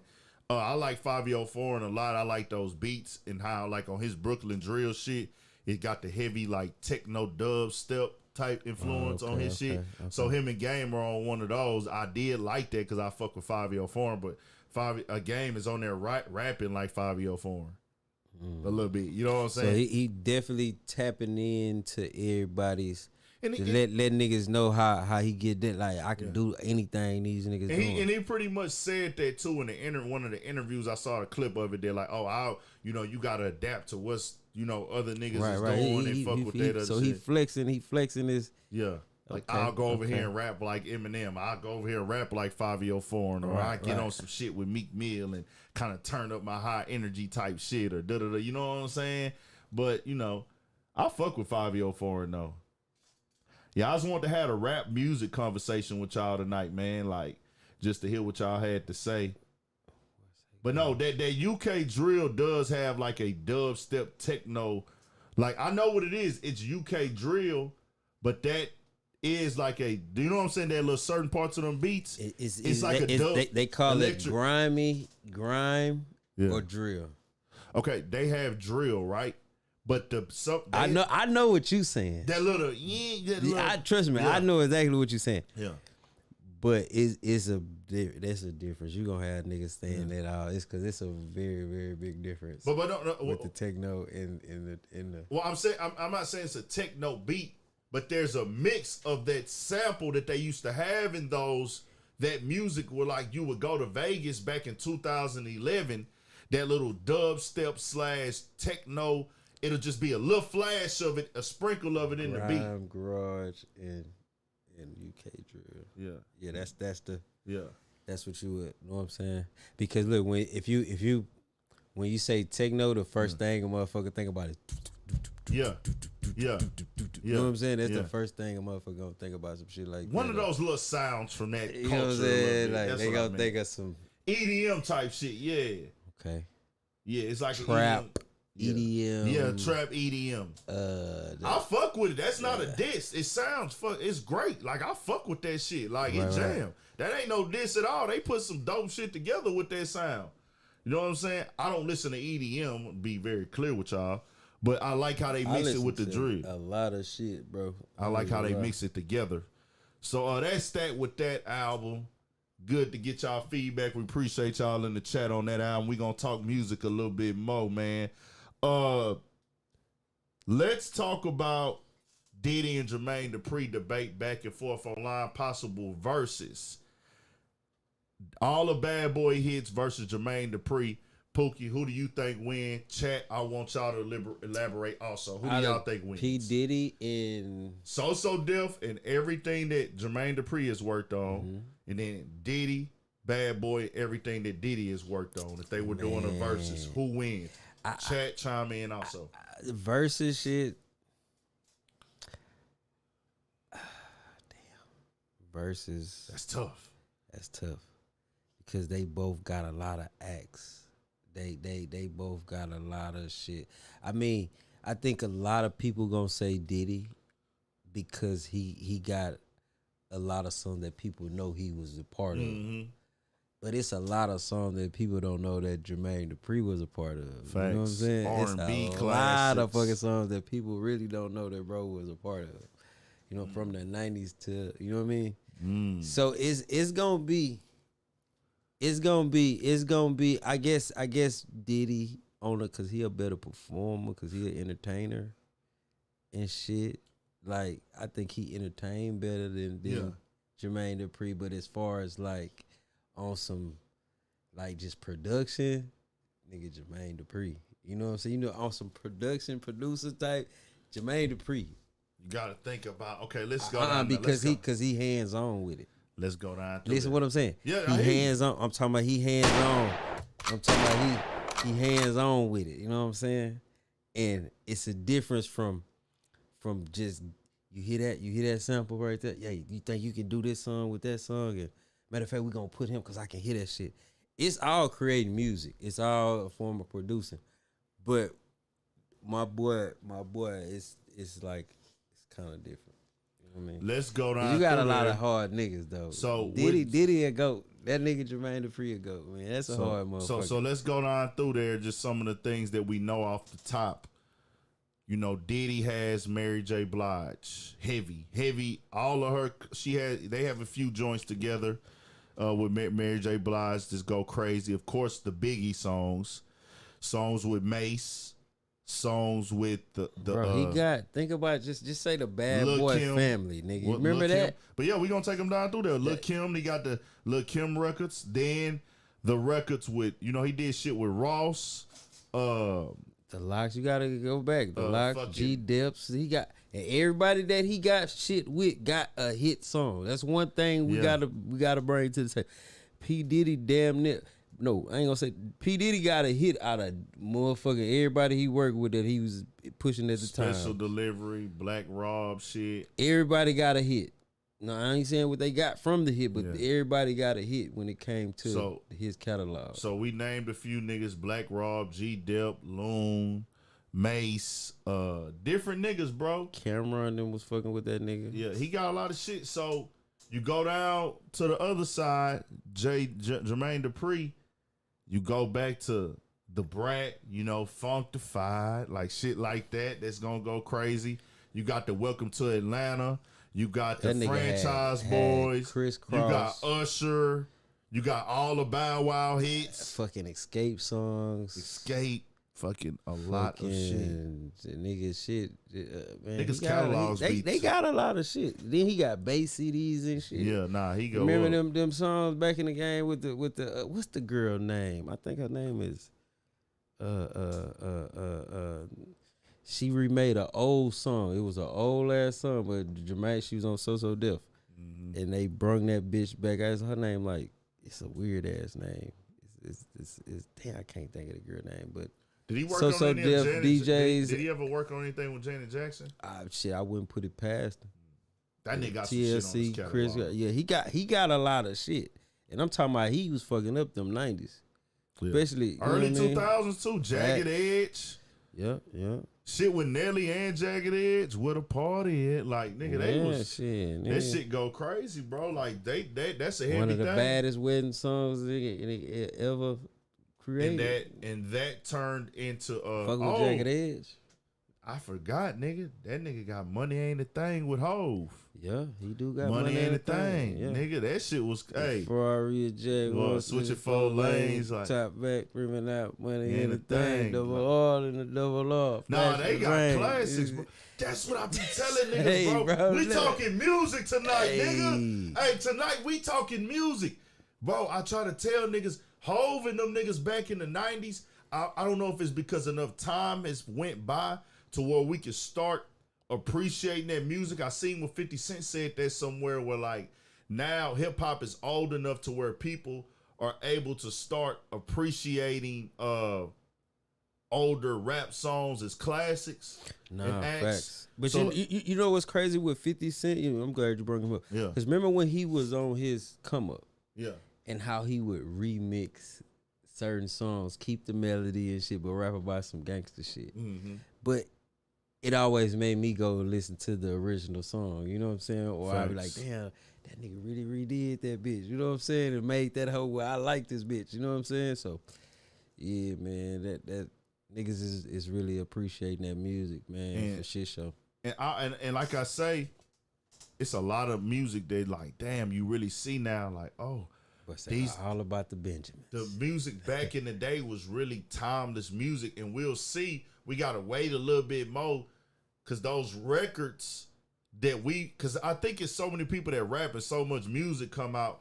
We don't have times to wait and like let that music just become fully a moment to where we have to be attached to it. We don't listen to the radio no more. Back in the day, we used to listen to the radio growing up a little bit more. And certain songs were like, hey, nigga, they meant more to us because we didn't get to see the rappers every day. We didn't get to listen to the underground rapper every day. Or, nigga, we could get on Instagram and find a new video. It wasn't no getting on YouTube, looking at no podcast. Or, I had to look that up right Yeah. there. Bro, say June 27th. June 27th? Yeah. and when I forgot all Jermaine about Dupri, that. every time Jermaine Dupri I come forgot out, that shit. every time Jermaine Dupri come out H here, time classic, man. every time Jermaine Dupri come out here, he's going to go in the club and play that bitch and say, hey, man, I know this y'all anthem. What? And Come play on, it out. He man. gonna play Screw. He gonna play Crisscross version and the DJ Screw version. Come on, man. I done seen him out here do that shit like at Prospect Park and shit for sure. So we'll tap in, man, and we'll see out. But that started the conversation of where Diddy had said R&B was dead. Diddy said R&B was dead. Chat, y'all chime in on how y'all feel. Where you at with that statement? R&B is dead. I want to put the pressure on you. Is R&B dead? You got times where it spikes. Yeah. You know what I'm saying? You have a couple good guys come out, you know, females too that got some alright little R&B joints, you know what I'm saying? But for the most part, bro, fucking the rappers, bro, with this melodic. Okay, who was the first rapper doing the R&B rap type style that they started pushing? You know what I mean? Who was that? Nate Dogg, No. I'm talking about the new generation. I'm talking about as far as, cause Nate Dogg don't really get the praise. Yeah. You know what I'm saying? They try to keep him. Oh, he was part of gangster rap, you know what I'm saying? But he really was He doing was singing. some live singing shit. Bro, that's one nigga. You know what I'm niggas saying? can't fuck Like with. he was really that nigga. I said Nate Dogg because he was the mainstream nigga I knew that was singing on some Nah, rap but and street shit. I'm saying though, like to where the game like where rappers really started. I want to say when the niggas like Ja Rule and Mm-hmm. like that type of R&B rap. Ja Rule most definitely one of the pioneers for that. Nelly kind of was one of the pioneers for that. Nelly. You know, then when T-Pain hit, I think that kind of influenced a lot of artists from the rap side or trap side of shit to start fucking with auto-tune. And then I think once Lil Wayne started dabbling with it, Yeah, that's and what then took- when Lil Wayne dabbling with it, that's what brought Future. And then I feel like that's what made it like just go insane. After Future used it, I feel like that made it become like we all fucking with our voice. You Right. know what I'm saying? On right, shit. right. Yeah, I would say it like that. I And would put it and it's that way. like they muscled the R&B niggas out, because the R&B niggas, Yeah. like, you got to think like at first they was all clean cut suits and, you know what I'm saying, taking pictures sideways and shit. Then you had Jodeci them fucking it up with the hip hop gangster thug, but I sang your drawers off type shit. You know what I mean? Mm-hmm. And yeah, man, I don't know, man, that shit. So now I asked them this, like when I say not Nate, I'm not putting Nate Dogg in the R&B category. I'm saying Nate Dogg was a nigga that was singing. Right. And not saying that he was making rhythm and blues or just music for the ladies. He was on some player raw street shit, but he was actually a nigga that was like singing rap shit, like singing. Nah, facts. He definitely was. He was singing street shit, and that's what we kind of talking about the first. Because what the conversation is like, why did R&B take a seat back? And it was because of all the rappers started singing. Yeah, that's what I'm saying. Like, And- all the rappers really And did. I feel like with R&B singers, it takes a little bit more to have an R&B singer. It takes more different types of studios, different types of training, but it's like it's easier for a nigga who got a voice a little bit to get out here and sing. But you still have those artists that do pop out. I don't think R&B could ever just die. It just, you gotta be a nigga that really can sing though, yeah, and really can write and write your emotions. Cause like the last niggas, like the Neos and the what's the other nigga that be writing them cold motherfuckers, man. It's a few niggas that ain't even really artists. For Dream. real. Dream. I ain't talking about them. It's like what's that dude name? He a R&B. He write R&B, bro. Nigga write R&B. They be he be beefing with the Dream and shit. What the fuck is bro name? I can't think. I can't think either. Yeah, but yeah, rappers they overtook the niggas lanes, bro. Yeah.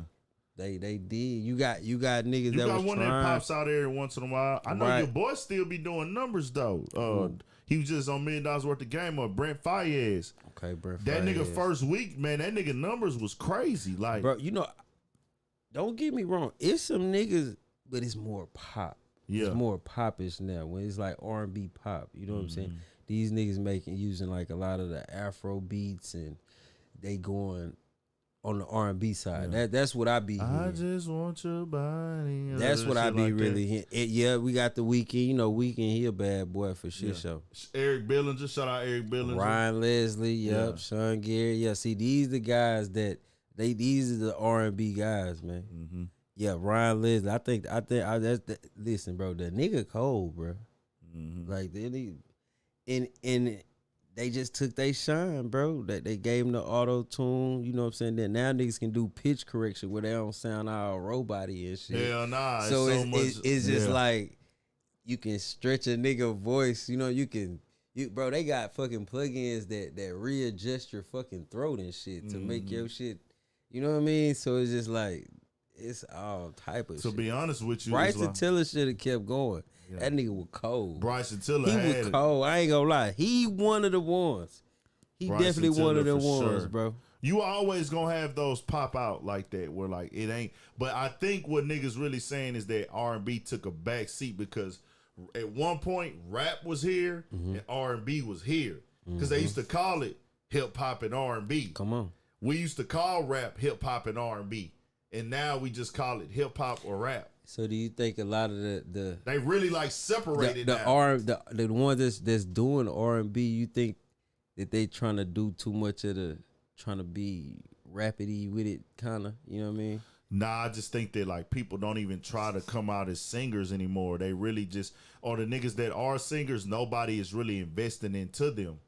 Like, Man, I ain't gonna lie, that putting money- nigga Bright. Listen, Yeah. when that boy came up with that shit, he came on with that Don and all that. Nah, that shit went crazy. Say, man, It's like nobody really just like looking to, like back in the point in time, there were people looking to put money into niggas that could sing, but now it's like, it's all kill. now Though, bro. it's like now, nigga, nah, we not really even. Niggas sing about killing. Niggas is taking R&B 90s classics and flipping them hoes into murder. Yeah, facts. Kill, nigga. Like dead ass. Niggas is really doing Or that. just rapping about their life, even if they ain't talking about killing, they on that whole rapping Bro, about what's their that? life. What's that damn? It was popular on TikTok not too long ago. It's like a Mary J. Blige song, nigga. And the nigga sped that hoe up and put like a little drill, a little beat to it. And the nigga was the shit he rapping by then. You listen, you're like, bro, this was I think My Everything. Yeah. You are everything. Nigga, my Yeah. mama used to listen to that shit cleaning up and shit. You know what I'm Facts. saying? Like, that's a song nigga used to hear when he was a kid. This nigga didn't make that hoe into some other shit. You know what I'm saying? Facts. So yeah, I don't know, bro. Miguel a bad boy Shout out too, Miguel. boy. I don't know, Facts. bro. We shall see how these things go though with R&B and everything. My nigga Chris Breezy, he the last other kind of like the transition time. You know what I'm saying? From he caught that because he was, you know, when he was a young nigga, he was coming out with some bad shit at it for his age, and then he just evolved into the guy he became. You know what I mean? Yeah. But yeah, man, That's for sure. Chris Brown is definitely one of the ones when you say R&B, you gotta put bro. For He sure. be holding it down, man. He be coming through with the with the shit. He just a Shout pop out Chris icon. Brown, man. Yeah, that nigga a pop icon for real, for real. Right, shout out Chris Brown.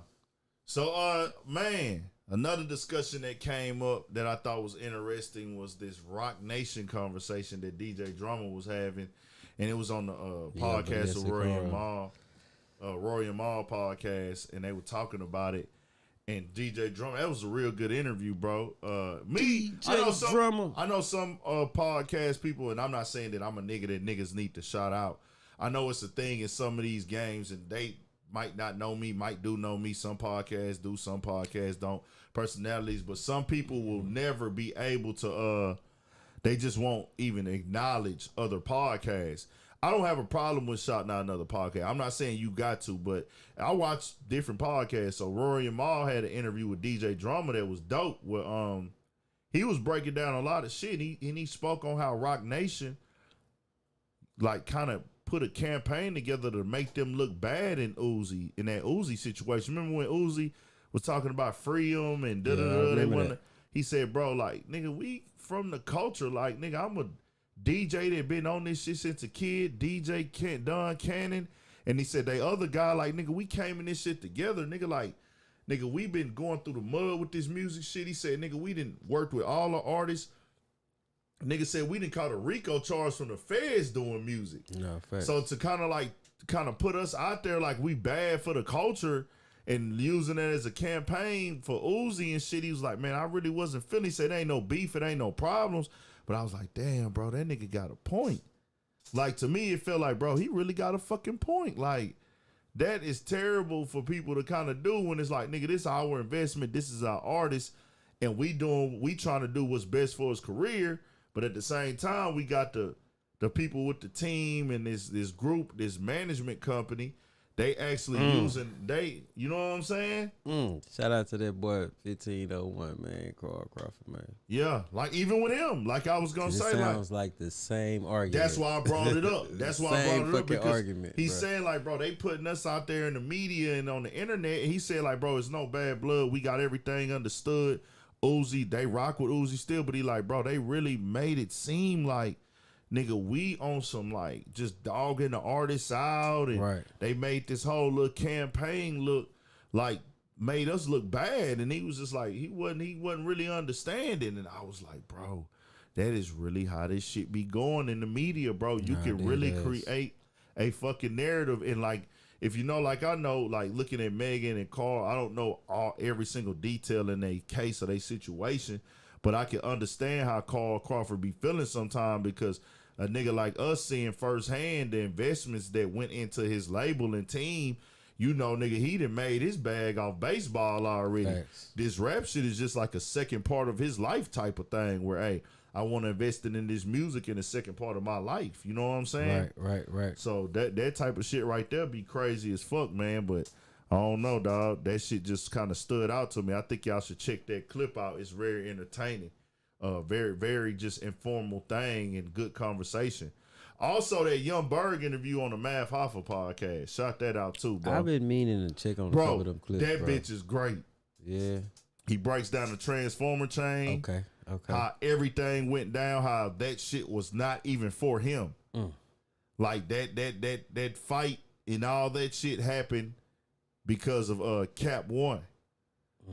They was hot at Cap One about something. Some of y'all might know Cap One. You remember Cap One?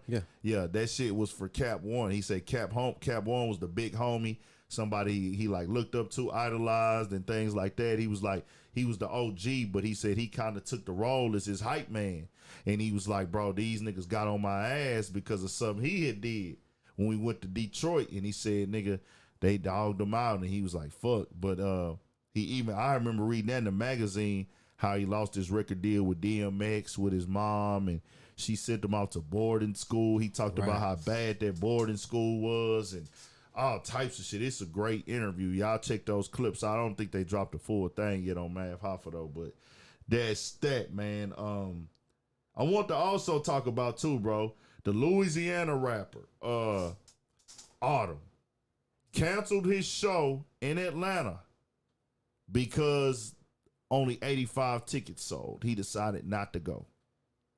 When you hear that, and chat, I want y'all to chime in too, chat. How do y'all feel about you got a show and you know, bro, having fans and supporters, bro, every supporter count for me. You know what I'm saying? I fuck with everybody that's in the chat that fuck with me. Sometimes I go ballistic on some people on here, but it's because they come in here with the judgmental shit and be trying to nitpick and anytime a motherfucker come on here and try to make me look like I'm a hoe ass nigga or I'm on some fuck shit and I'm just a bad person or they trying to like create a narrative amongst me and my platform and what I do spaz and flip on them because niggas don't know how much work I put in and how I wake up every day and do my best to stay out of doing shit what I could consider vulturing, dogging, or making my people look bad. I always come with a player message. I give my platform to a lot of different people. Like, bro, to be honest with you, some of the people y'all see on this platform, nobody would interview them with 100K subs, bro, unless they're paying. I don't even charge for interviews, bro. Right. I space them out now how I do because I got to make the channel work and I don't want to fuck up the flow of things, but I'm not in that space. I don't be like, hey, nigga, nah, I don't let this shit go to my head. Oh, I got 100,000 subs. Now I'm the big shit, nigga. You got to pay me 500 or 1,000, which business is business. I get it. You know what I'm saying? I can't tell nobody how to run their business. I can do that, but I choose to, hey, nigga, you know what? You're not just the most popping, but you working. Or I got a genuine relationship with somebody you know. Hey, nigga, we gonna work. Fuck it. So when a nigga come on here and try to act like I'm just this nigga that's vulturing off my people or trying to judge me or pick me apart, I then go off on you. But just anybody supporting, niggas that's fucking with me, I appreciate all y'all motherfuckers. So if I got a show with 85 people, nigga, I'm gonna go there and perform with 85 people. What about you, nigga? Shit, man, look, I'm gonna make sure them 85. Listen, man, we gonna autograph, man. I'm gonna damn near buy y'all some food and all type of shit, cause y'all really came and fuck with a nigga. Nigga gonna throw some of the show money back in. I'm gonna throw some of the back end. I'm gonna get some ones and throw some of the back end in the crowd, nigga. Listen, fuck man, it, man. 80, cause you gotta think 85 people, man. That's like nigga family type shit. So yeah, man, come on, man. We finna go eat, man. I appreciate y'all for coming out fucking with me, man. Make sure everybody, cause it's you got crowd control now. You know what I mean? See, everybody, this shit could make you better. Like, you know what I'm saying? Oh, motherfucker, 85 people can spread the word, man. Hey, that nigga really gave a live show, bro. This nigga did this. And you making motherfuckers want to come see you now. You know what I'm saying? Facts. Instead of running away from that shit. See, everybody be wanting to skip the motherfucking process now, bro. Like, I'm gonna perform, nigga. If I was a rapper, nigga, I'd perform for 5 niggas, nigga. I remember I used to get 5 views a video, nigga. Mm-hmm. So, nigga, I'm like, fuck it. We got to keep going, nigga. You ain't finna build no audience out the gate, nigga. Ain't nobody. You got to think what goes with going to a nigga show.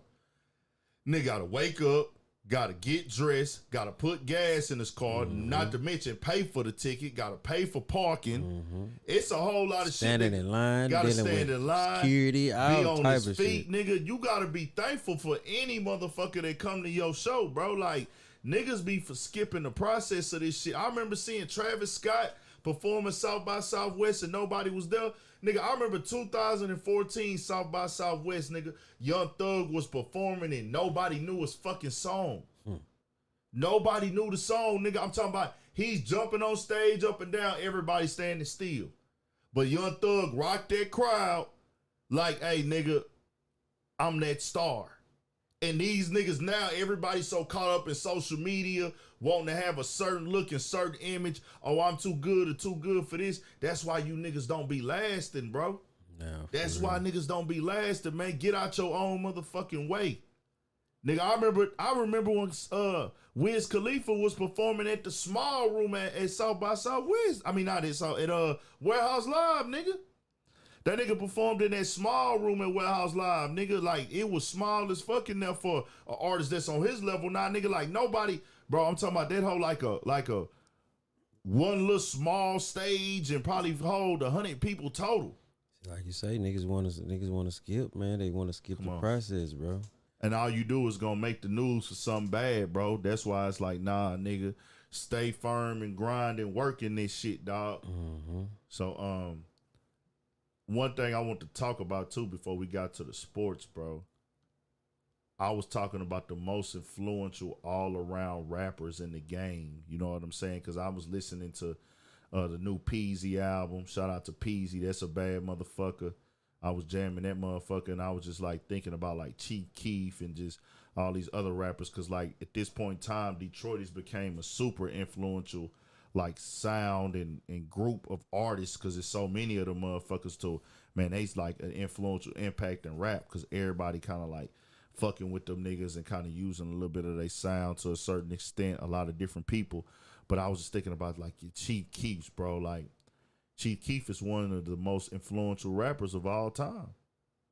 Undeniable, bro. Like just seeing how long this shit lasted out of Chicago with the sound, the presence, the lingo, you know what I'm saying? I'm like, fuck, bro. Who else? It's definitely had its course. You know what I'm saying? Yeah. It definitely had a good run. You know what I'm saying? I feel like it's not just one. Yeah. It can never be just one most influential motherfucker. Yeah. Because like, it's like everybody have moments, you know what I'm saying? Everybody have a certain stint, you know what I'm saying? Because you gotta have a lot of people say like, oh no, Drake or this rapper or that rapper or this for a certain reason. Mm-hmm. Somebody's gonna say Jay-Z, you know what I'm saying, for certain reasons.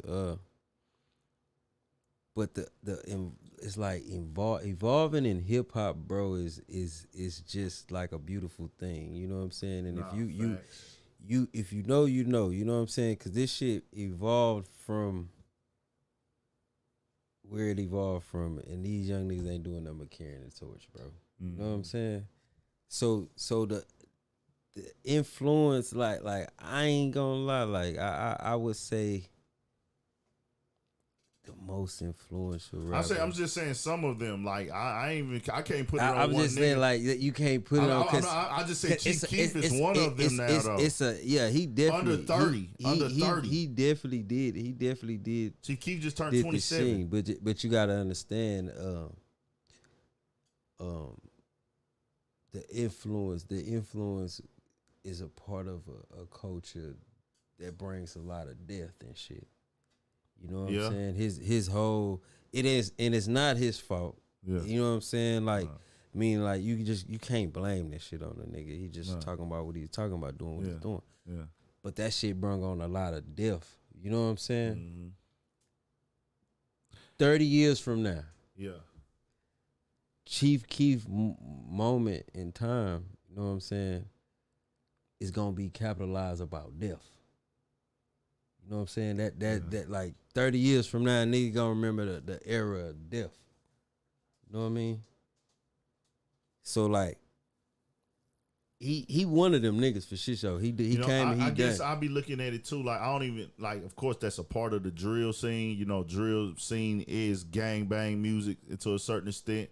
Turn up music, the gang bang music, fuck the option. But I'll be looking at like the lingo that they have, like, and it still all goes hand in hand with that. But ops and smoke, like that part of the music scene in itself, and also even to this day, the way niggas just shoot videos, like 20 niggas. Where they got ops from?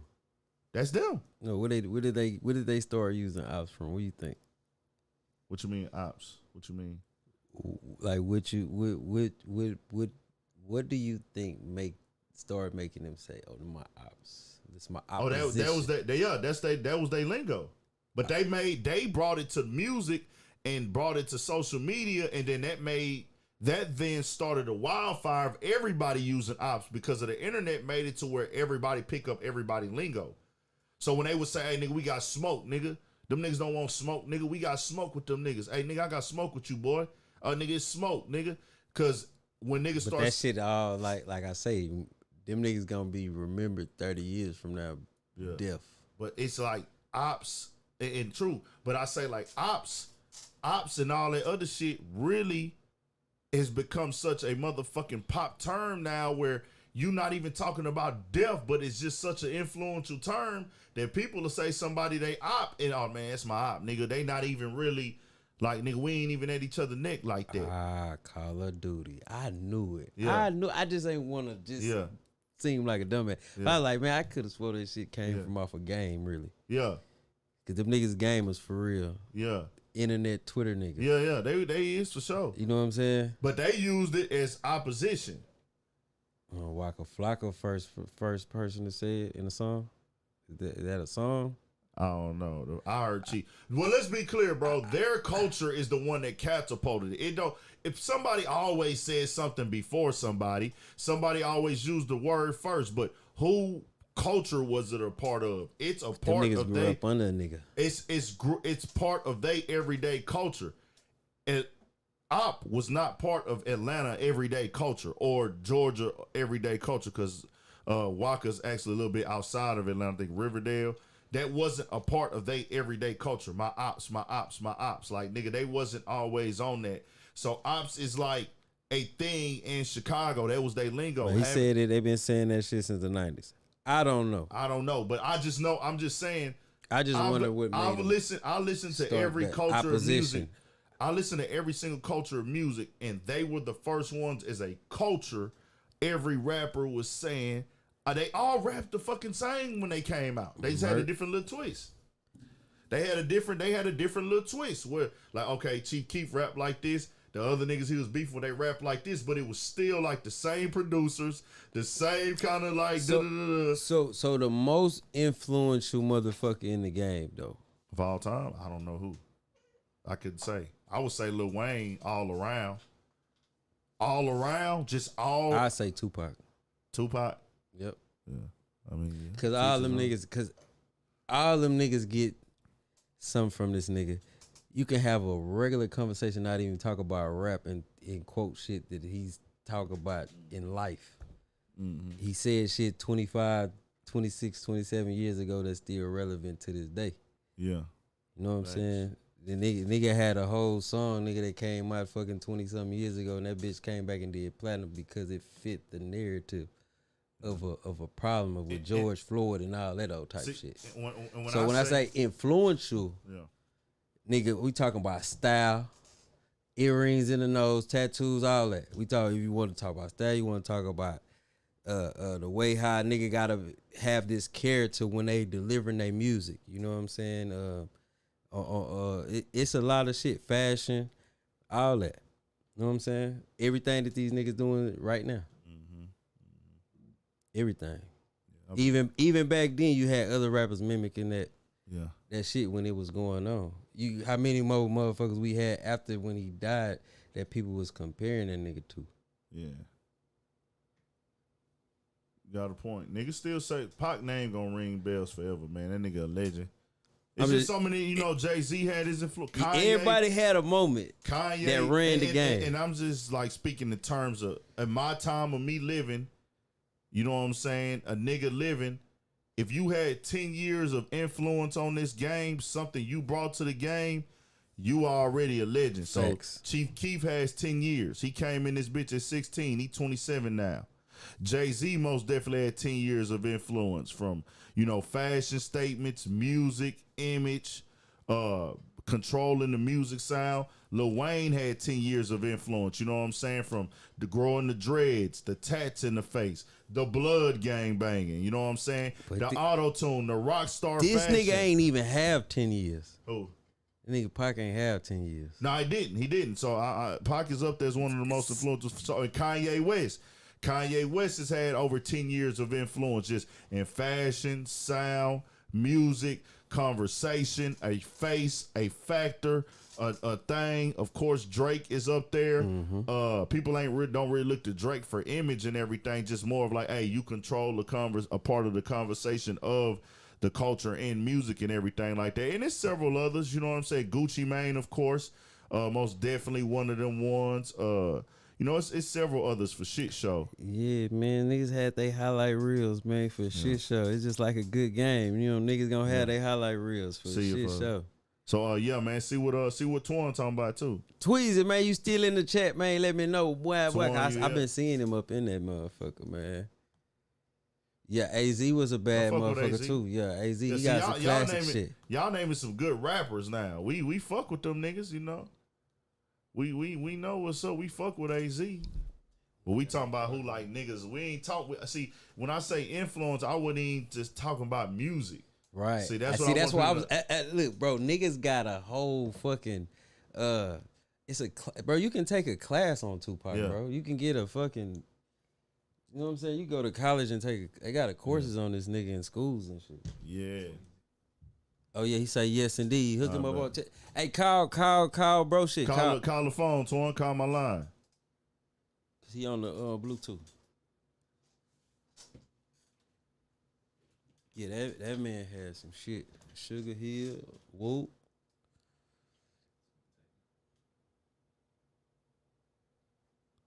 Oh yeah, before Torn call, we forgot to talk about this motherfucking artificial rapper. Oh yeah, put that nigga on the screen, man. He can join in. Hold on, Torn. You gotta join in on this convo before we do sports, nigga. Hold on. You got him on the Bluetooth? I thought I was on that hoe. Hold on. Go to the Whoop. It say on. It's connected. Let me read this. Do that or something. See it again. Cut it up. Twan. Hold on. Go to your thing. Maybe I gotta go off and go. I know what I gotta do. I gotta log off that hoe and go back in there, bitch. Hold on, real quick. We getting it together. You should be able to hit the speaker and it pop up. That shit don't be working. I don't know shit. Hey, but damn, my shit it froze up. My whole fucking phone it froze. What the fuck? Hold on, Torn. Call right back in a second. You say, is he an NFT? I don't know if that nigga look like he fresh off. He artificial rapper, bro. Goddamn, Fortnite or some shit. That shit really froze for real. Out of nowhere. That's crazy. What the fuck is that? My fucking phone died. Hold on, real quick, y'all. You got the picture of that artificial rapper? I sent to you. Oh, okay. Yo, we got a picture of this rapper, bro. They have signed him to Capitol Records. Bro, this is insane. My shit is really frozen. Holy shit froze for real. Twan, hang up and call me again, nigga.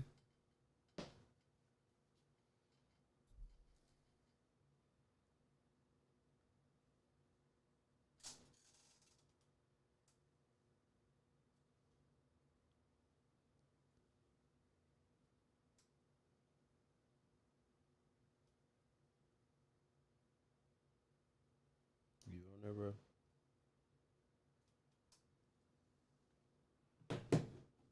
Bro, my shit is not working. This shit could have came at the worst fucking time.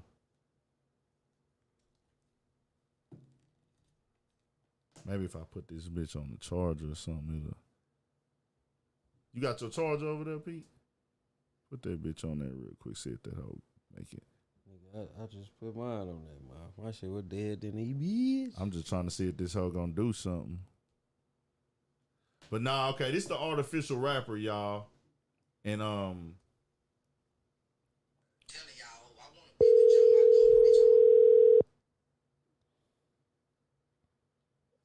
the Hello? Yeah, what's up, boy? We talking about this artificial rapper real quick, my boy. yeah, then we gonna get into sports. Yeah, so. I thought that was a motherfucking video game when I seen it earlier today. Bro, I don't know what the fuck that's about, and I don't know what would make people think like this is a good idea to do, and it just kind of feels like it's like a mocking, bro. Like you get this guy and get him to act like a rapper and sign him to a record label. Like, hey man, we're gonna sign an artificial rapper. So you give him the. It's like a mocking of us, bro. How I feel, you know what I'm saying? Bro, they give him the like, not just the rapping, but his everyday, I guess, virtual lifestyle and how he talks and shit and his mannerisms, kind of. You know what I'm saying? It's just like hey, I'm a study blackface type shit. It's like I'm a study how you niggas talk. I'm a study how you niggas act.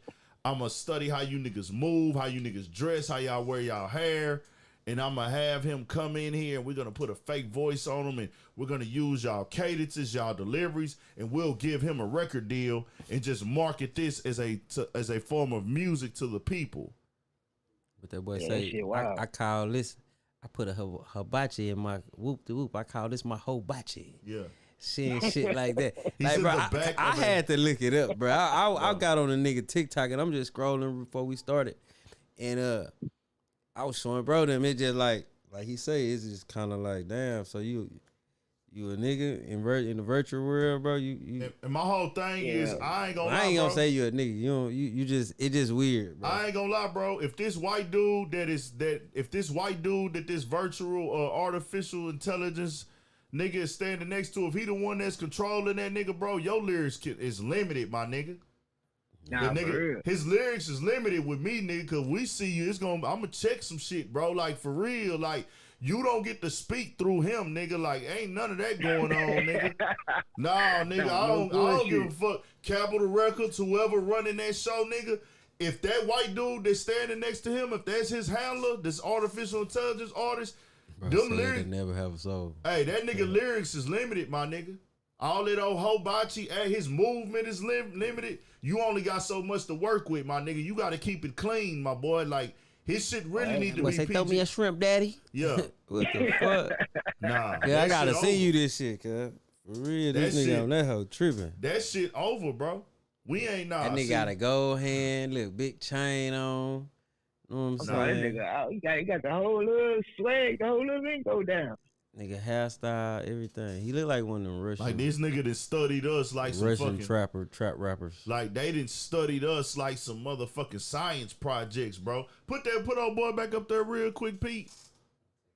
Yeah, nothing. They say he got a song with Gunna or some shit. He do. Man, he do, nigga. Look, That they shit got, crazy. bro, they got a whole studio session with Gunna in the virtual world, and this nigga, they all in the studio together. Nah, Yeah. facts. I swear to God. We just looked at that shit. Nah, I'm just saying, bro. I need to look more into homie because I don't know if that's him. if that's the nigga that's handling. them. Yeah, I don't know if that's the nigga that's handling. When I was Okay. looking, 'cause I was trying to, when I sent the power, when you said something, I Yeah. was trying to read and see, but they ain't say in that article where that Yeah. picture came from, it ain't say nothing Yeah. about him. Nah, being bro. the We guy. not finna play like that there. So that's just That that. boy But say, what in the Eddie from Tekken 3 is going on here? No bullshit. but yeah, Twan, shit. Take us out with the sports then, man. Fuck it. Yes, sir. Yes, sir. Shit, well, we're gonna start with the NFL preseason, man. We had a couple of we had a lot of games this week. I'm just gonna give y'all a rundown on a few of them, man. On Saturday, the Texans beat the Rams 24-20. The defense is looking good, man. Shit, they recorded 6 sacks. My boy Derek Stingley Jr. from LSU made his debut. He was the number overall 3 pick this year. He was targeted twice. He gave up 1 catch for 22 yards, and he forced the incompletion. So that was, a solid put together by the Texas defense. They always solid. The Ravens and the Cardinals played. I believe that was last night. The Ravens won 24-17. Started Lamar Jackson didn't play. The top tight end Mark Andrews didn't play, but they backups Brent Hundley and Isaiah Likely. They connected like 8 times for 100 yards. They was looking good out there. And the Giants and the Bengals played. The Giants won 25-22. I did see something I liked out of Cincinnati though on their defensive side, man. They first round pick, Daxton Hill. He was shining out there. He caught a pick and he allowed only 2 catches, I think, for 11 yards, if I ain't mistaken, on 3 targets. So that was solid in the motherfucker. The Giants' first round pick, Kayvon Thibodeau, he left the game with a knee injury, but they say he good, though. Everything got good on that end. And the Cowboys and the Chargers played. The Cowboys won, I believe, 32-18 or something like that. Kayvon Turpin from TCU, he returned the kickoff for a touchdown. Then he backdoored and returned the punt for a touchdown. So it's pretty much safe to say that bro made the roster. We're gonna go to some MLB news, Major League Baseball. The Astros are still at the top of the American League. And even though the Yankees they've been in a slump basically the whole month. They in a close second, and they in a close second. So it's coming down to the nitty gritty, man. The hunt for Red October is here really. In the National League, the Dodgers, they 84-36. They sit at the top of the NL. The Mets and the Braves right behind them. The Mets are 79 and 45. The Braves 76 and 48. The Cardinals right there with them too. They 70 and 51, and they pretty much the hottest team in the league right now. They 9-1 in their last 10 games, I believe. And then we got the WNBA playoffs. Shit, we had the quarterfinals this past week. The Las Vegas Aces beat the Phoenix Mercury on Saturday, knocked them out the playoffs. They beat them 2-0. When the score was 117-80, the series was 2-0. So they're moving on to the next round. The Seattle Storms beat the Washington Mystics yesterday, 97-84 to win their series.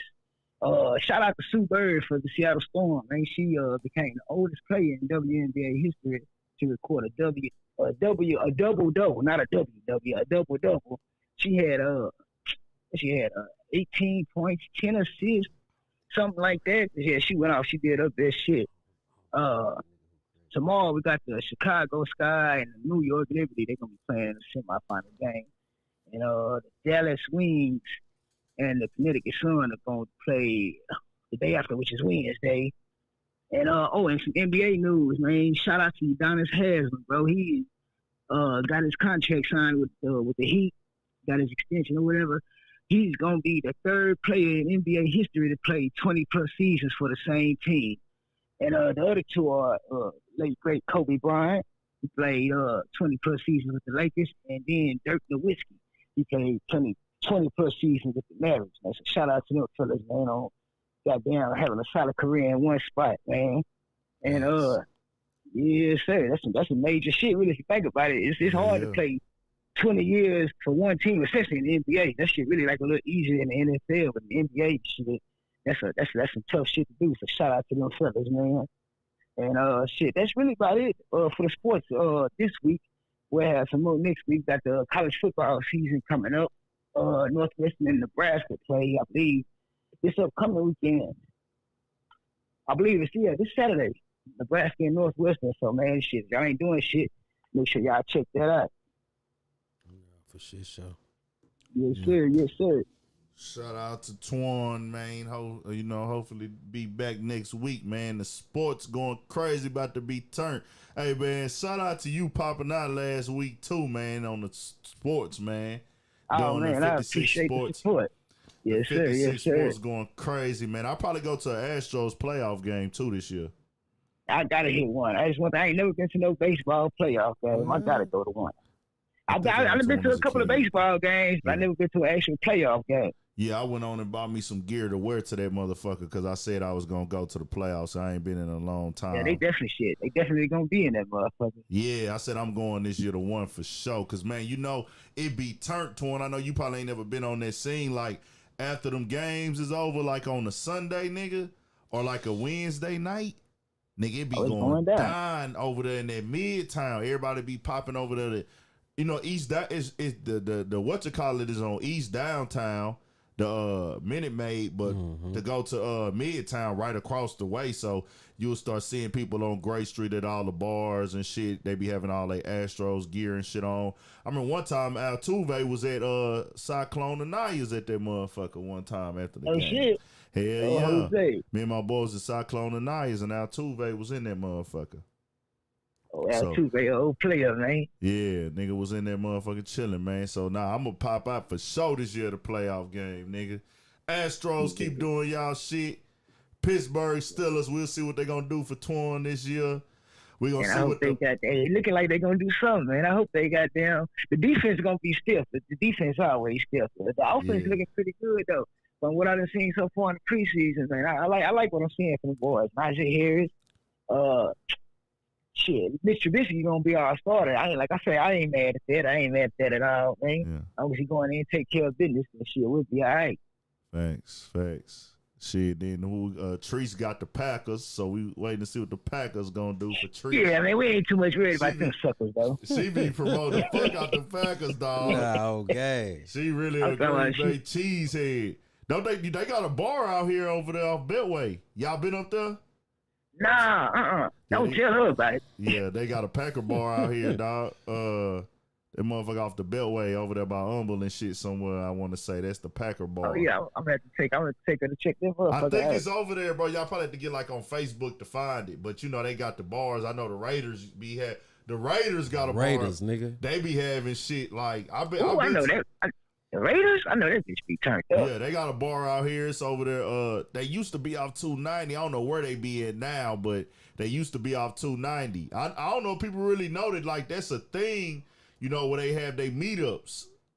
Because the Saints. Yeah. Like out here, it be a lot of teams that got meetups in Houston. I know of the Saints, theirs was just on like some hood shit from New Orleans. They used to all be at a timeout on Sundays, just on some like, you know, everybody from New Orleans who was going for the Saints. Right. And then I've been to the Raiders shit with my nigga Frank Garcia a few times. They was all off 290 at that Roxy on the Grill and shit. We used to pop out over there and it'd be like 40 niggas that was there rooting for the Raiders. They'll have their own little room and all that other shit. You know what I'm saying? Had their own little shit sectioned off. And I think somebody told me the Packers, they had one out in Humble at a little bar that was ducked off and shit. So, yeah, man. I don't know. I'm pretty sure it's a Pittsburgh bar out here for sure, bro. I was just gonna say, you took it right out of my mouth. Man, I know we gotta have us a bar. Y'all gotta meet up out here. You just probably gotta get on Facebook to find that hoe, bro. Like that shit really be some shit where them boys link up every Sunday.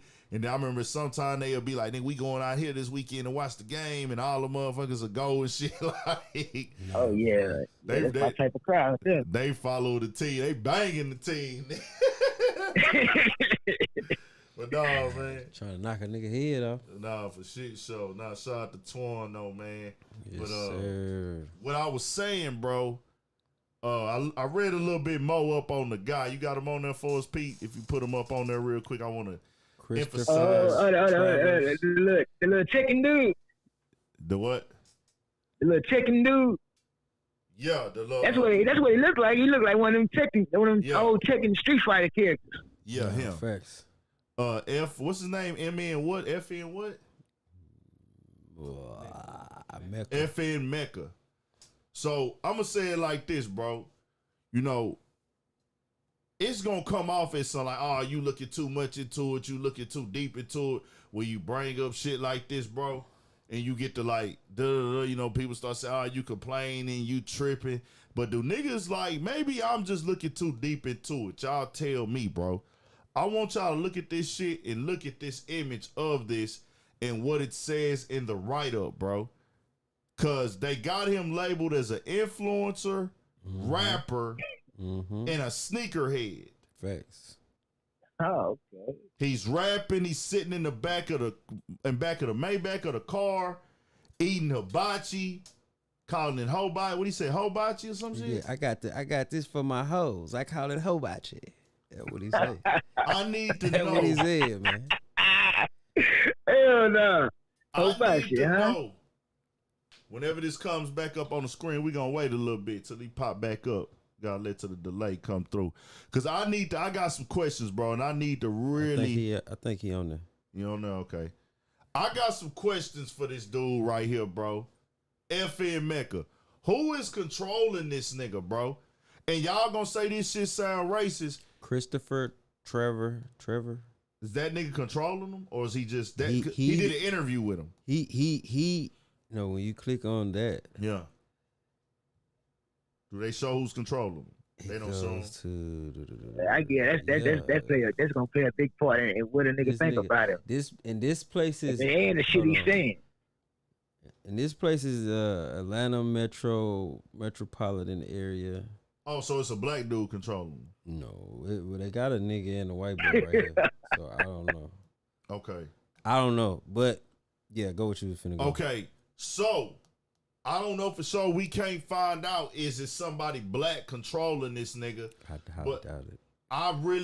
I'm not gonna lie. If it ain't nobody black controlling it, call me being petty, call me being lame, call me complaining. I give two flying fucks. You could call me hating. You could call me, hey, that nigga tripping. He overreacting. Bro, I don't want to see a motherfucking artificial intelligence nigga controlled by a white man acting black, bro. They talking about this nigga sneakerhead rapper and influencer, my nigga. That's some blackface shit. Hell nah, nigga. Fuck all that. Look here, bro. This nigga over talking about hibachi acting and rapping and all this other shit. Bro, it's like y'all done created y'all a pet nigga and then y'all finna just go get rich off of y'all little pet nigga. Nah, my nigga, ain't none of that pet nigga shit going on. Is it a black man in control of him? Because for y'all to say he a sneakerhead and he in the latest fashion and styles, it's like, hey, we done sat down and studied all these niggas to the T, and we done learned and mimic their lifestyle, and we gonna create it and make money off of it in an artificial intelligence form, nigga. If ain't nobody black involved in this getting the check, I'm 1,000% against this shit, Capitol Records. I'm just saying, somebody black better be getting a very hefty fucking check off this nigga. What's his name again? FN what? Mika. FN Mika, whatever the fuck the nigga name is. Mecca.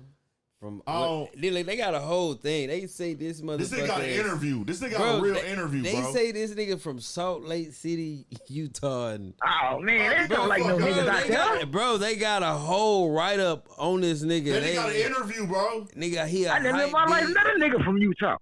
Bruh, they got nigga. Robot rapper not accepted by this world, nigga.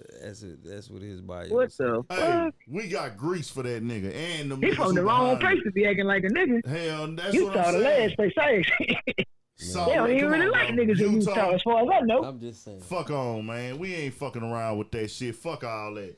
But we back though next week, man. We appreciate everybody tapping in. Yes, Shout out to everybody's on ones and twos. Shout out to my boy Pete. Pete the mastermind in the building. Y'all tap in for sure. That was episode 107. 106. 106. Okay. 106. Also, man, make sure y'all are subscribed. I don't see them numbers going up enough, man. That's all we tell y'all to do. We don't be asking for no money. We don't be asking for no reposts. Just go to the Studio 56 podcast channel and subscribe over there. Let's turn it up. But you know it's hard to get people to subscribe. Nah, it's hard. But they been tapping in though, man. Yeah. Nigga appreciate everyone to have, man. Like I say, man, y'all we'll start sliding y'all some some cool get over there. Little man. Get over there and subscribe to that motherfucker. Man. We got more shit coming, more videos, all of that, man. Over there, the clips. Go tap into the clips and the titles. They gonna be good for y'all for the clips, so y'all can see the specific shit if you ain't got time to watch the whole thing over here. Yes, shout out to Twan, Pookie, Big Ant, every streaming platform. Go get with it, man. 1,000. Stay on your pivot. Yes, indeed. Tweezy. I'm finna